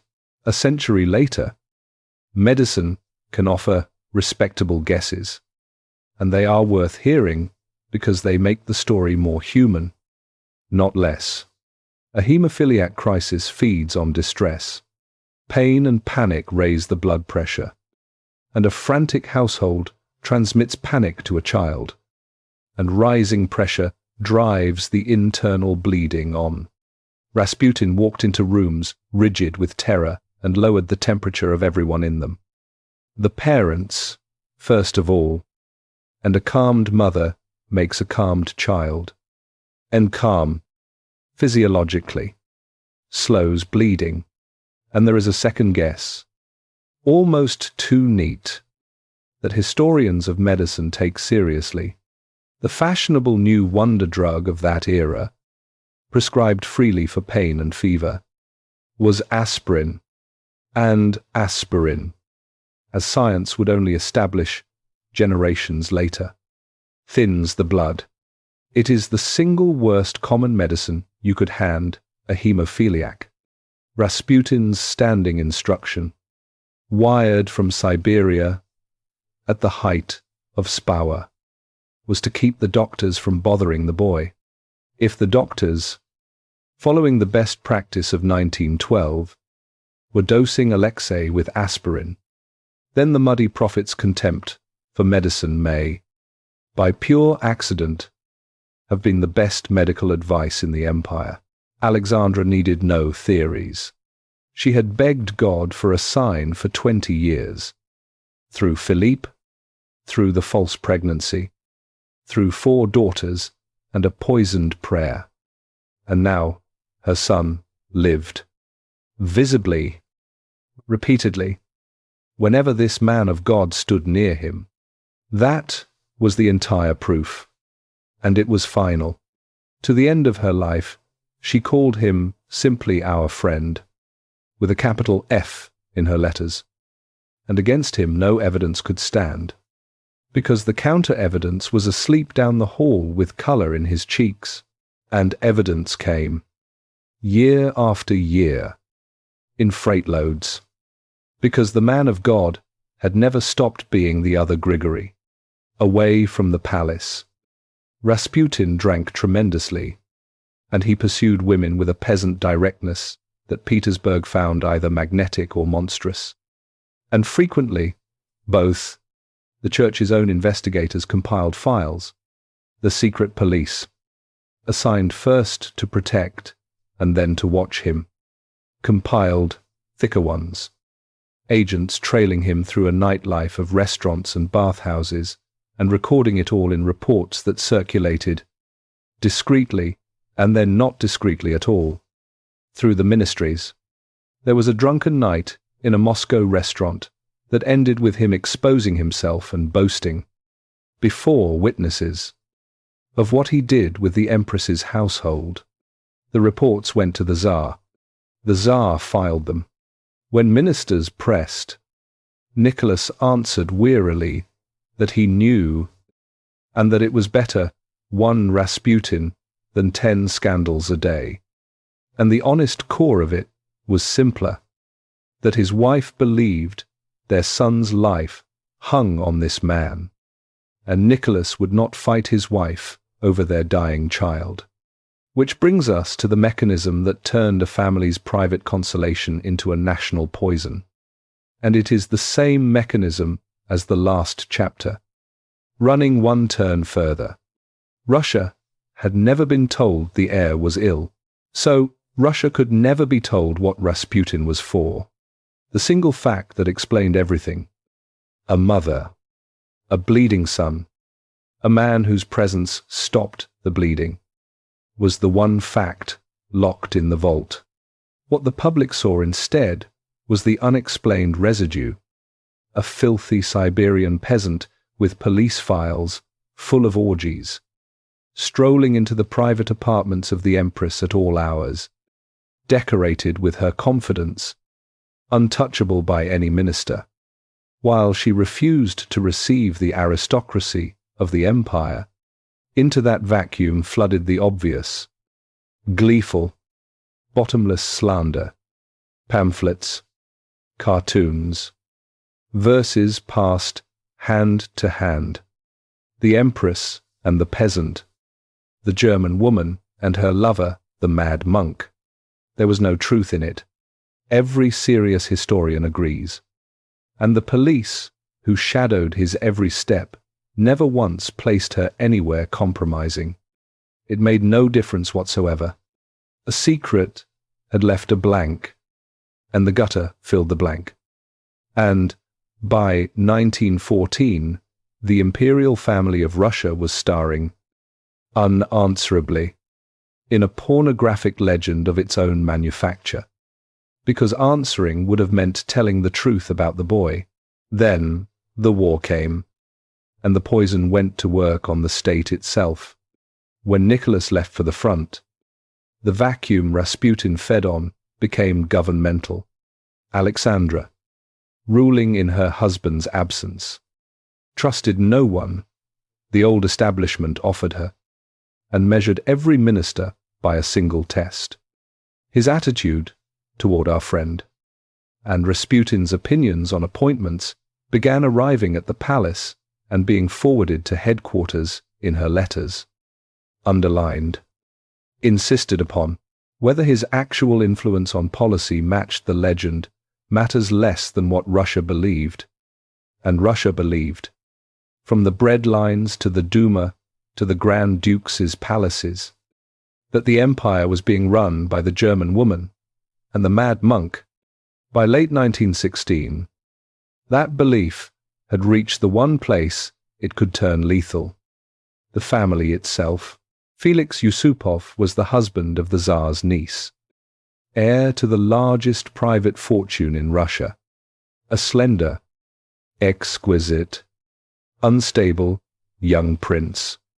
And he decided, with a handful of conspirators including a Grand Duke of the blood, that killing Rasputin would save the monarchy. On a December night in 1916, he lured Rasputin to the Yusupov Palace on the Moika Canal, to a cellar room dressed for a party. And what happened there comes to us mainly from the killers, who told it their whole lives and told it differently every time.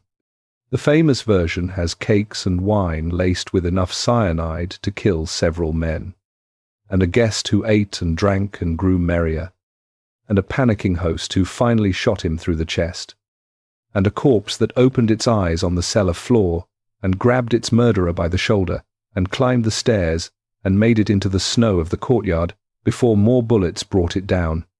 The autopsy, for what it is worth, found no poison, found 3 gunshot wounds, and found that what finally ended Grigory Rasputin was drowning under the ice of the Neva, where the conspirators sank the body.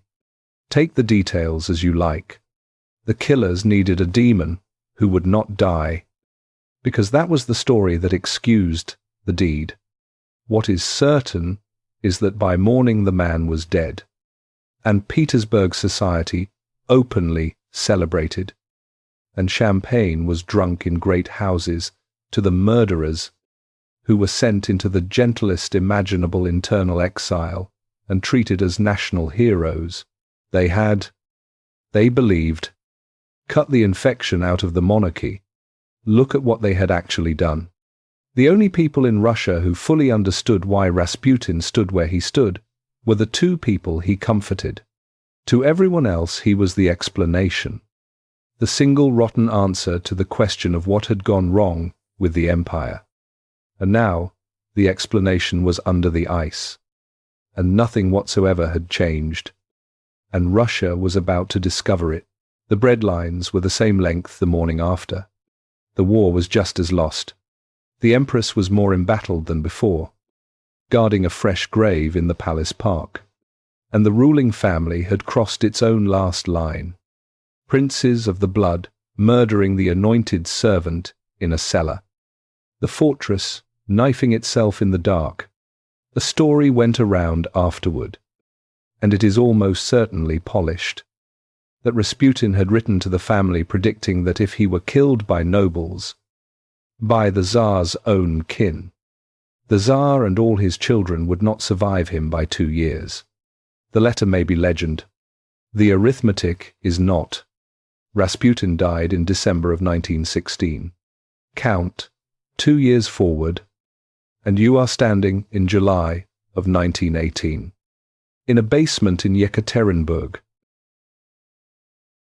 Petrograd, the morning of February the 23rd, 1917, 20 degrees below freezing. Note the name, not St. Petersburg anymore. In the patriotic fever of 1914, the capital's Dutch, German-sounding name had been scrubbed into the Russian Petrograd, and there is the whole tragedy in a single act of paperwork.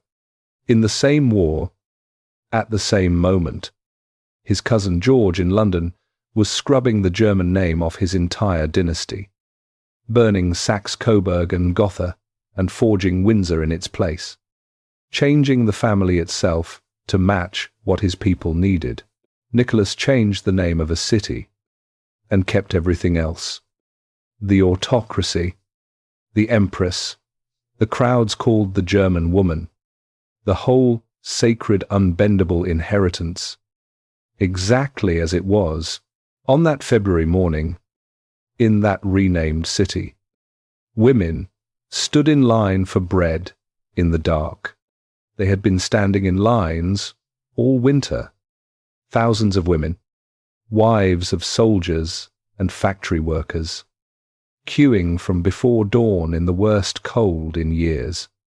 And on this particular morning, at bakery after bakery, the shutters opened, and the shelves behind them were empty. There was flour in Russia. There were loaves somewhere. What there was not was a railway system that still worked well enough to move grain and coal to a swollen, frozen capital in the third winter of a world war. The women at the front of the lines had been promised bread and gotten nothing.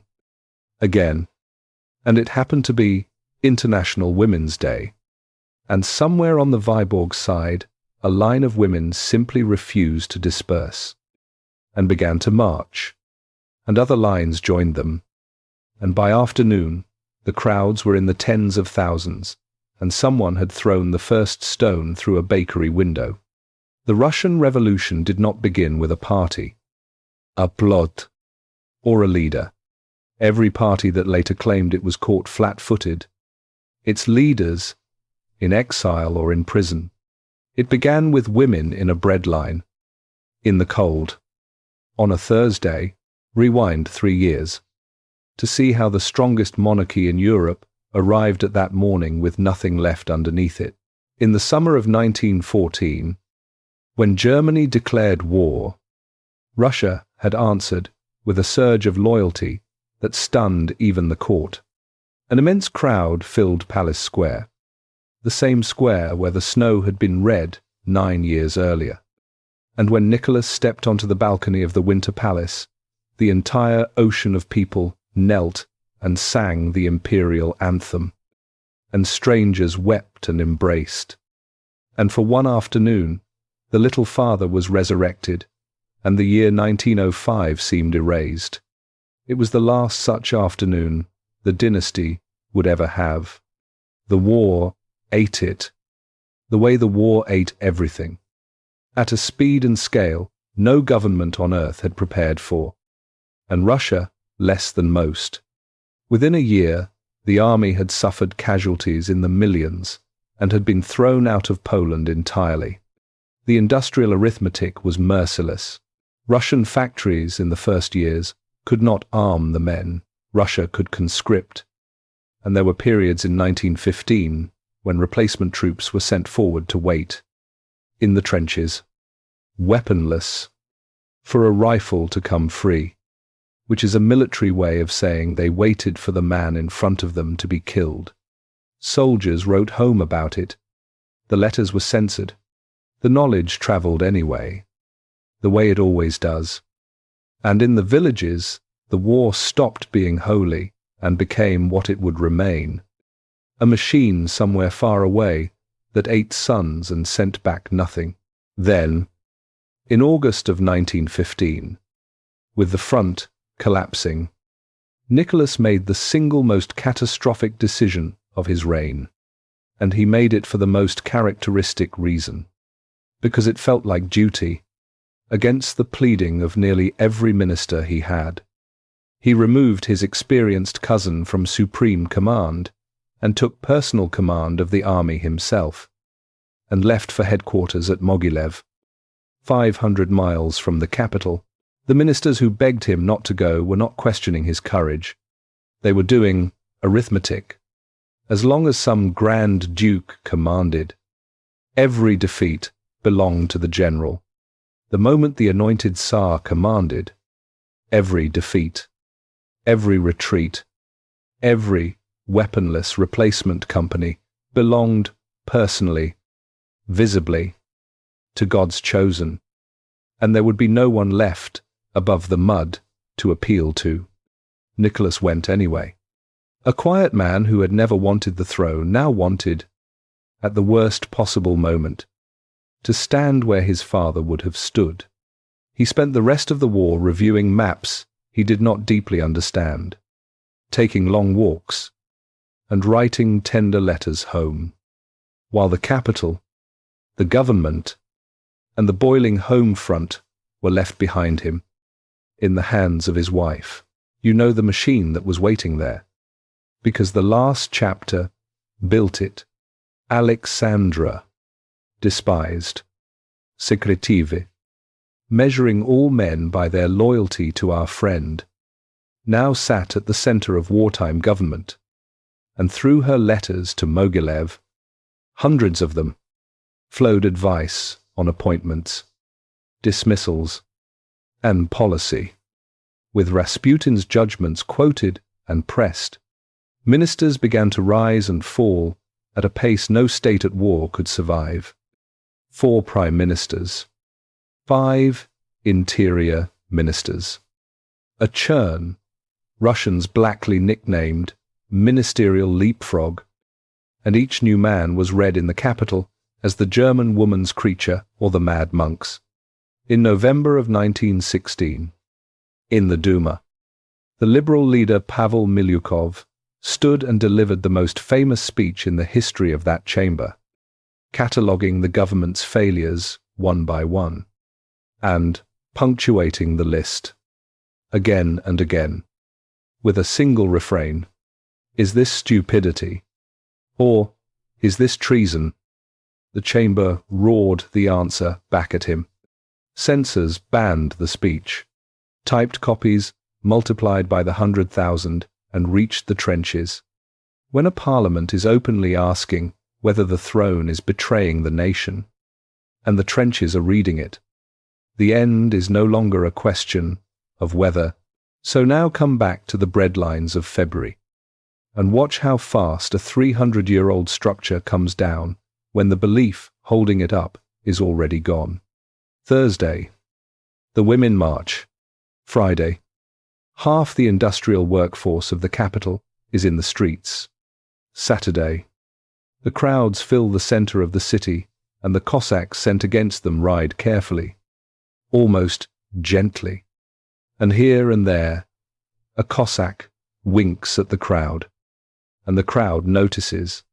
Sunday, under direct orders wired from headquarters by the Tsar himself, to end the disorders tomorrow, the garrison fires on the crowds, and dozens die.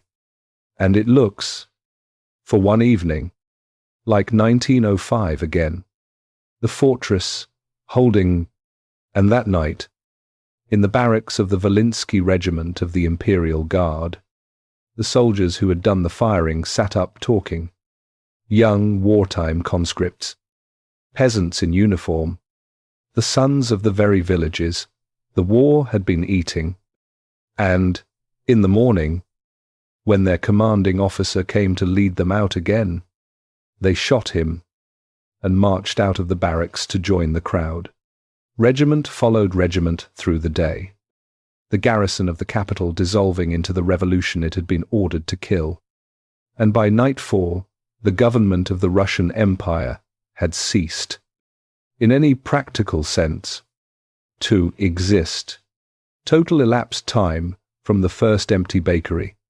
5 days, 500 miles away at headquarters. The Tsar of all, the Russias received the telegrams, and underestimated every one of them, and finally boarded the imperial train for the capital to restore order by his presence. The way his father would have. The train never got there. Revolutionary railwaymen held the junctions ahead, and the imperial train wandered the winter network like a ghost ship, rerouted, refused, turned back, until it rolled to a stop at the provincial station of Pskov, and sat, and it was there, trapped in a siding in the middle of nowhere, in a mahogany railway carriage, that 304 years of Romanov rule came down to one exhausted man, a folder of telegrams from his own generals, and a piece of paper waiting for a signature. The imperial train, in a siding at Pskov station, March the 2nd, 1917. Late afternoon, the salon carriage was warm and quiet. Green silk on the walls, electric lamps already lit against the early dark. Outside the windows lay a nowhere of snow and sheds and telegraph poles. Inside, the ritual of the imperial household ground on with surreal persistence. Attendants in uniform. Tea served on time, as if the carriage were still what it had been all their lives. The moving centre of the world. It had been 3 days since the Tsar had reliable control of anything beyond these cars. The capital belonged to the crowds. The telegraph, fitfully, still belonged to him, and all day it had been delivering the empire's answer to its anointed master. That morning, the chief of staff of the army had wired every front commander with the same blunt question. Should the Tsar abdicate to save the country and the war? By afternoon, the replies lay in a folder on the salon table. The commander of the Northern Front said, yes. The Western Front, yes. The Southwestern Front, yes. In a telegram that begged on its knees, even as it pushed, the Caucasus Front was commanded by the Tsar's own uncle, the towering Grand Duke Nikolai, and the Grand Duke's reply implored his sovereign, on his knees and by his oath, to give up the crown. These were not revolutionaries. These were the most conservative men in Russia, the sworn defenders of the autocracy, monarchists to the marrow of their bones, and every last one of them had just asked God's chosen to step down from the place God had chosen him for. Nicholas read the telegram standing at the window, his back to the room, smoking one cigarette after another. The generals in the carriage waited through a silence that one of them measured as the worst of his life. What was collapsing in that silence was not a government. Governments had ministers, and ministers could be replaced. What was collapsing was a theory of the universe, the one this entire story has been built on. Oil on the forehead, the little father, the fortress with no doors, the trust that could not be handed away because it had never been given by men. For 300 years, the family had held one conviction above every other, that to surrender any of it was to betray God and Russia at once. Now the army of Holy Russia itself was on its knees in a folder on the table, begging him to surrender all of it. He turned around, and in a level, almost casual voice, with less visible emotion than most men spend on a business setback, he said that he had made up his mind, and that he would renounce the throne. Then he crossed himself, as if the matter were closed, and the men in the carriage, hardened soldiers, stood there, stunned, less by the decision than by the calm. One of the Duma deputies who arrived that evening to receive the abdication wrote afterward that Nicholas gave up the crown of Russia the way a man hands over a cavalry squadron. Some in the carriage read it as greatness of soul. Some read it as a man who had, somewhere in the preceding days, simply gone absent from his own life. The debate has never been settled, because both things can be true of the same man on the same evening. One question remained, and it was the question this family's whole private tragedy had been building toward. The law said the crown passed to Alexei, 12 years old, with an uncle as regent. Nicholas called in the court physician and asked him, directly, for once, the question parents of such children rehearse and never ask. Was there any hope that Alexei could ever be truly well? The doctor told him the truth. The disease was incurable. The boy could live for years. With care, with luck, and the care would have to come from his family, and a boy Tsar under a regency would be taken from his family.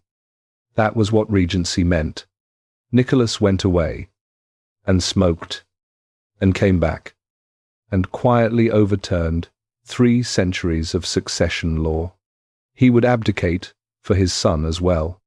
The crown would pass to his brother Michael. The empire had asked him, at last, to choose between the throne and his family.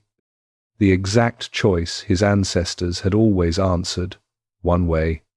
Peter with a dead son. The institution above everything. Nicholas chose the boy. It was the most human decision of his reign. It was probably illegal, and it no longer mattered at all, because the next day, in a Petrograd apartment, with the streets outside full of armed crowds, the Duma politicians laid the crown of Russia in front of Grand Duke Michael, and most of them, by then, were begging him not to take it, because they could not guarantee his life through the week. Michael listened, stepped into another room, and came back having renounced the throne unless a future elected assembly should offer it. The monarchy did not fall with a bang. It was declined, politely, in a drawing room. The dynasty had begun in 1613 with a Michael who wept and refused a crown that a desperate country forced on him anyway. It ended in 1917 with a Michael who refused a crown. And this time, no one forced anyone, because no one was desperate for a Romanov anymore. 304 years. Michael to Michael, and the circle closed with a shrug. On the train that night, Nicholas opened the diary, as always. In the morning Ruski came.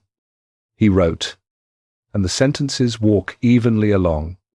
And then, for once, in 23 years, the flat surface cracks, and one line of naked feeling breaks through. All around me is treason, and cowardice, and deceit. He was now a private citizen, and the strange fact is that much of him seems to have felt relief. Colonel Romanov, the guards took to calling him, and he answered to it without apparent bitterness. He rejoined his family at Tsarskoye Selo, under house arrest in their own palace, and the household settled into a routine that visitors found bewilderingly serene. The ex-autocrat breaking ice on the canals for exercise, planting a vegetable garden with his daughters, reading aloud in the evenings, a man visibly better suited to this life than to the one God had assigned him. The paradise had a fence around it now, and soldiers at the fence who amused themselves with small humiliations. The family absorbed it and stayed calm, because they were waiting, and everyone knew what they were waiting for. England, of all the doors that closed on the Romanovs, this is the one history has never stopped staring at. Within weeks of the abdication, the new Russian government, wanting the family safely gone, asked Britain to take them in, and the British government said yes. The ships existed, the route existed, the invitation was formally extended, and then, in London, a king began to read his mail. George V, first cousin of Nicholas, first cousin of Alexandra, the man so identical to Nicholas that wedding guests had once mixed them up, was, in that same season, fighting for his own crown's life against the anti-German fury of wartime Britain. And the letters and press cuttings arriving at the palace told him that his subjects did not want the fallen Tsar, whom British Labour crowds called Bloody Nicholas, living in an English country house at public expense. You have watched George solve this kind of problem once already in this story. He weighed the survival of his own house against the rescue of his cousins, and his private secretary began writing letters to the government, first hesitant, then insistent, urging that the invitation be withdrawn. The government, surprised, complied. Kings do not get to argue with how the public feels. George chose his throne. It was the same choice Nicholas had never been willing to make. Made in reverse. And it worked. Exactly as the name Windsor worked. One cousin changed everything and kept his crown. The other kept everything and was now a prisoner whose last open door had just been quietly shut from the outside. No other country stepped forward. Through the summer of 1917, the family waited, gardening, while Russia disintegrated beyond the fence. And in August, the government moved them for their own safety to Tobolsk, a sleepy river town in Siberia, into the governor's house. And there they were still living, tutoring the children and staging little plays. When the news arrived that in Petrograd a second revolution had swallowed the first, the Bolsheviks did not regard the Romanovs as an embarrassment to be exported. They regarded them as a symbol to be controlled. And in the spring of 1918, the family was moved again. West, this time, to the raw industrial city of Yekaterinburg in the Urals, the most fiercely revolutionary city in Russia, to a requisitioned merchant's mansion on a hill. The new authorities whitewashed the windows so the family could not see the street, built a high wooden palisade around the walls, and gave the building an official designation, the House of Special Purpose. The merchant they had requisitioned it from was an engineer, locally prominent, otherwise unremarkable. His name was Ipatiev. You have known that name since the third chapter of this story. A monastery called Ipatiev, where a frightened boy was begged to begin a dynasty. A house called Ipatiev, where the dynasty had now arrived to end. 305 years apart, the same name over both doors, and no one who planned any of it. The Ipatiev House, Yekaterinburg, the spring and summer of 1918, behind the whitewashed windows, in 5 rooms of a merchant's house. The family lived its last 78 days. And the record of those days, guard logs, the prisoner's own diaries, later testimony, describes something that history was not really prepared to find there. It found a family, functioning. Nicholas, who had lost an empire, read aloud to his children in the evenings, working through his favorite adventure novels, and sawed and stacked firewood in the little yard for exercise, until the guards grew tired of watching him enjoy it. Alexandra, her heart failing, sat with Alexei, who could no longer walk. A fall in Tobolsk had set off the worst hemorrhage since Spawa, and the boy who once had a sailor to carry him now had his father, and a wheelchair. The 4 daughters, young women now, made the household run, and when the family's cook taught them to bake bread, the girls recorded it in their diaries with the pride of an achievement. Grand Duchesses of Russia, delighted to have produced an edible loaf. In the evenings there were cards and prayers, and the girls sang the guards, working men chosen for reliable hatred of tyrants, found the hatred difficult to sustain at close range, and some of them warmed to the family enough that the entire guard detail was eventually replaced with harder men. Stripped of the largest empire on earth, the Romanovs turned out to be genuinely good at exactly one thing, the thing they had always been good at, being a family. It had never been the job. With them, by choice, were 4 others, and their names belong in this story as much as any emperor's. Dr. Yevgeny Botkin, the court physician, who had followed the family into every stage of captivity and answered a relative's plea to save himself with the reply that he could not leave his patients.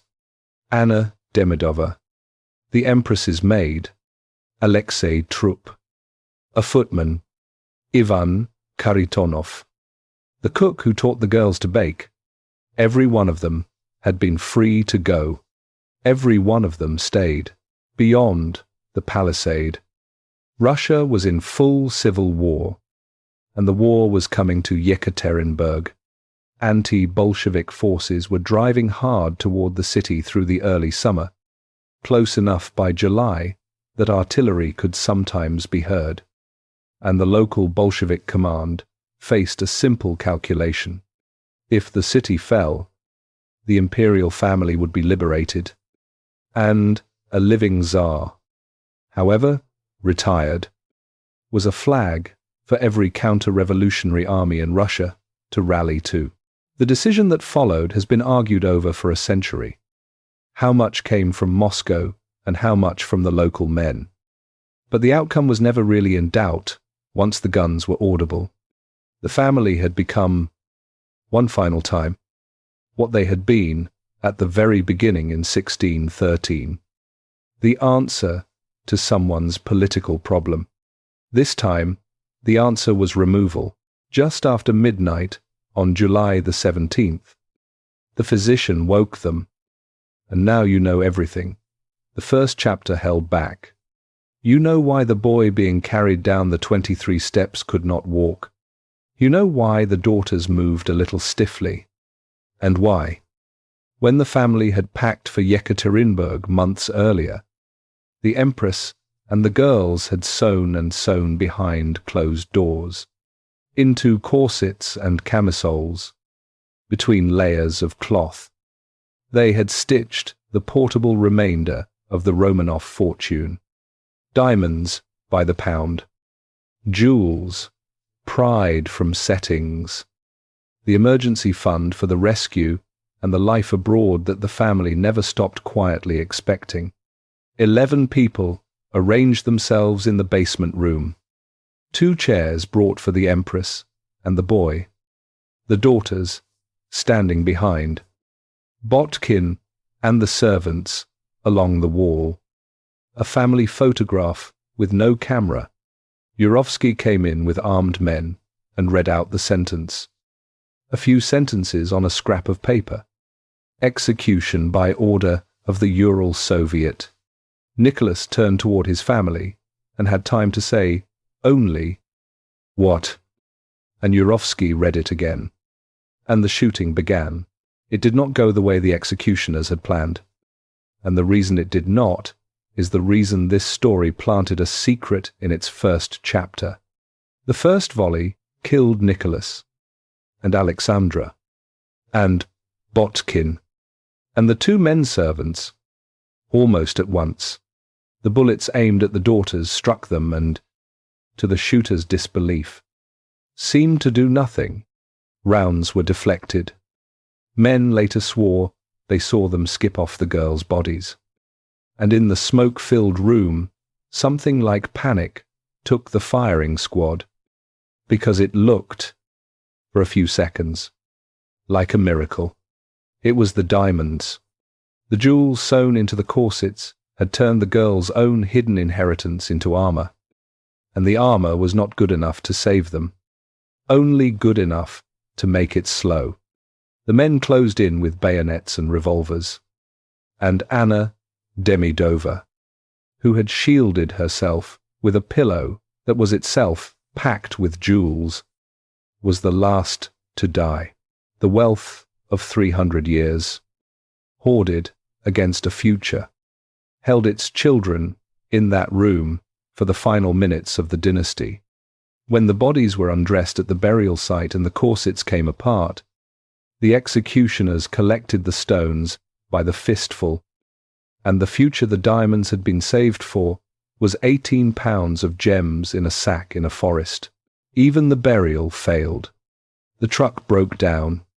The first mineshaft chosen was too shallow, and the squad spent 2 nights in the woods in a black comedy of improvisation, hauling the dead from pit to pit, until the remains went into a shallow grave under a road of logs in a swampy hollow, with 2 of the children, Alexei and one of his sisters, burned and buried separately a short distance away in an attempt to confuse any future count. The Bolshevik government announced that Nicholas had been executed and said the wife and son had been moved to a safe place, and for years told the world nothing more. The empire that had hidden the heir's illness was succeeded by a state that hid his grave, and into that engineered silence, exactly as before. Flooded story. Rumors of survival began within weeks and never stopped. Sightings were reported for decades, and in 1920, a young woman pulled out of a Berlin canal, refusing to give her name, eventually became the center of the most famous identity case of the 20th century, Anna Anderson, who claimed for more than 60 years that she was Anastasia. Survived by miracle from the basement, she won devoted believers, including a few people who had known the imperial family, and courtrooms heard her case on and off for decades, the longest such litigation in German history, and Hollywood, twice, turned her legend into films. Ask why the story would not die, because the answer says more than the story. The world had been shown a locked room and a silence, and given a choice between an ending in which children are bayoneted in a basement and an ending in which one girl gets out, and the world chose the second for 60 years. Because some endings feel unacceptable to believe, the truth had to wait for science. In 1991, with the Soviet Union collapsing, the log road grave was opened at last, and the bones were tested against living relatives.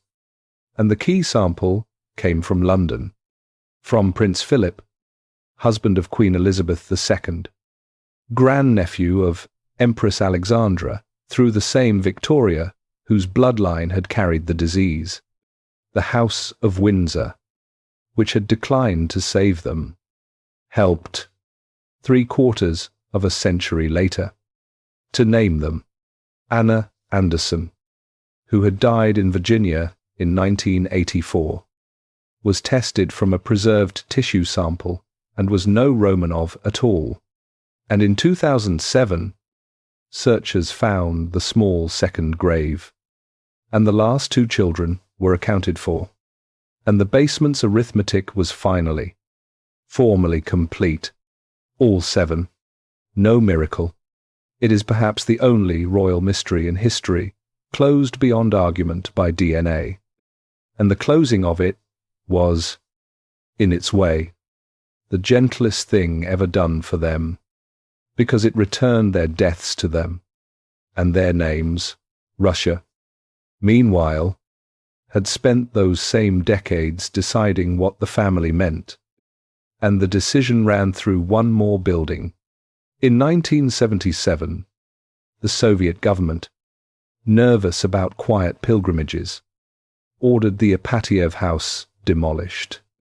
And the local party official who carried out the demolition was an ambitious man named Boris Yeltsin, 21 years later. That same man, now the first elected president of a post-Soviet Russia, stood in the Peter and Paul fortress in Petersburg at a state funeral for the recovered remains, and told his country that the massacre was one of the most shameful pages of its history, and that all of them were guilty, and that burying the dead was an act of human justice. The bones were laid in the fortress cathedral among the tombs of the emperors, a few steps from Peter the Great, who had built the fortress, and who had killed his own son for the empire's sake, 280 years before the empire killed the son of his descendant, and in 2000, the Russian Orthodox Church canonized Nicholas, Alexandra, and all 5 children as saints, passion-bearers, those who faced death with Christian humility. On the empty lot where the Yekaterinburg house had stood, Russia built a cathedral, the church on the blood, its altar rising directly over the ground where the basement room had been. The family that ruled as gods and died as prisoners is now prayed to as saints. And every July, on the night of the 17th, tens of thousands of pilgrims stand vigil there and then walk through the darkness to the mine shaft in the forest. 13 miles. On foot, the same distance the truck drove with the bodies, and they arrive at dawn. Kneel beside that image for a moment, because the whole story is in it. 300 years ago, a broken Russia knelt in a monastery, begging a Romanov to take power. A century ago, Russia shot the last of them in a basement for refusing to let power go. Today, Russia kneels again, in a church built on the exact spot, praying to the family it killed. No one in this story escaped the sacred throne. Not the family who carried it, not the country that built it, and now set the 2 cousins side by side one last time, because they have been walking through this film together since the beginning. July 1917. A desk in London. George V signs away his own family's name. Ancestry. History. Everything except the crown. And his house stands to this day. July 1918. A basement in Yekaterinburg. Nicholas II, who by then had lost the crown itself, still standing in front of his family, having never, in 23 years, willingly surrendered one piece of what he believed God had handed him. George survived because he was willing to give away everything except the throne. Nicholas died because he believed the throne was never his to give away at all. Between those 2 rooms lies every question this story has asked. The Winter Palace still stands on the Neva, a museum now, holding Catherine's paintings. The fortress Peter built still holds the family's graves.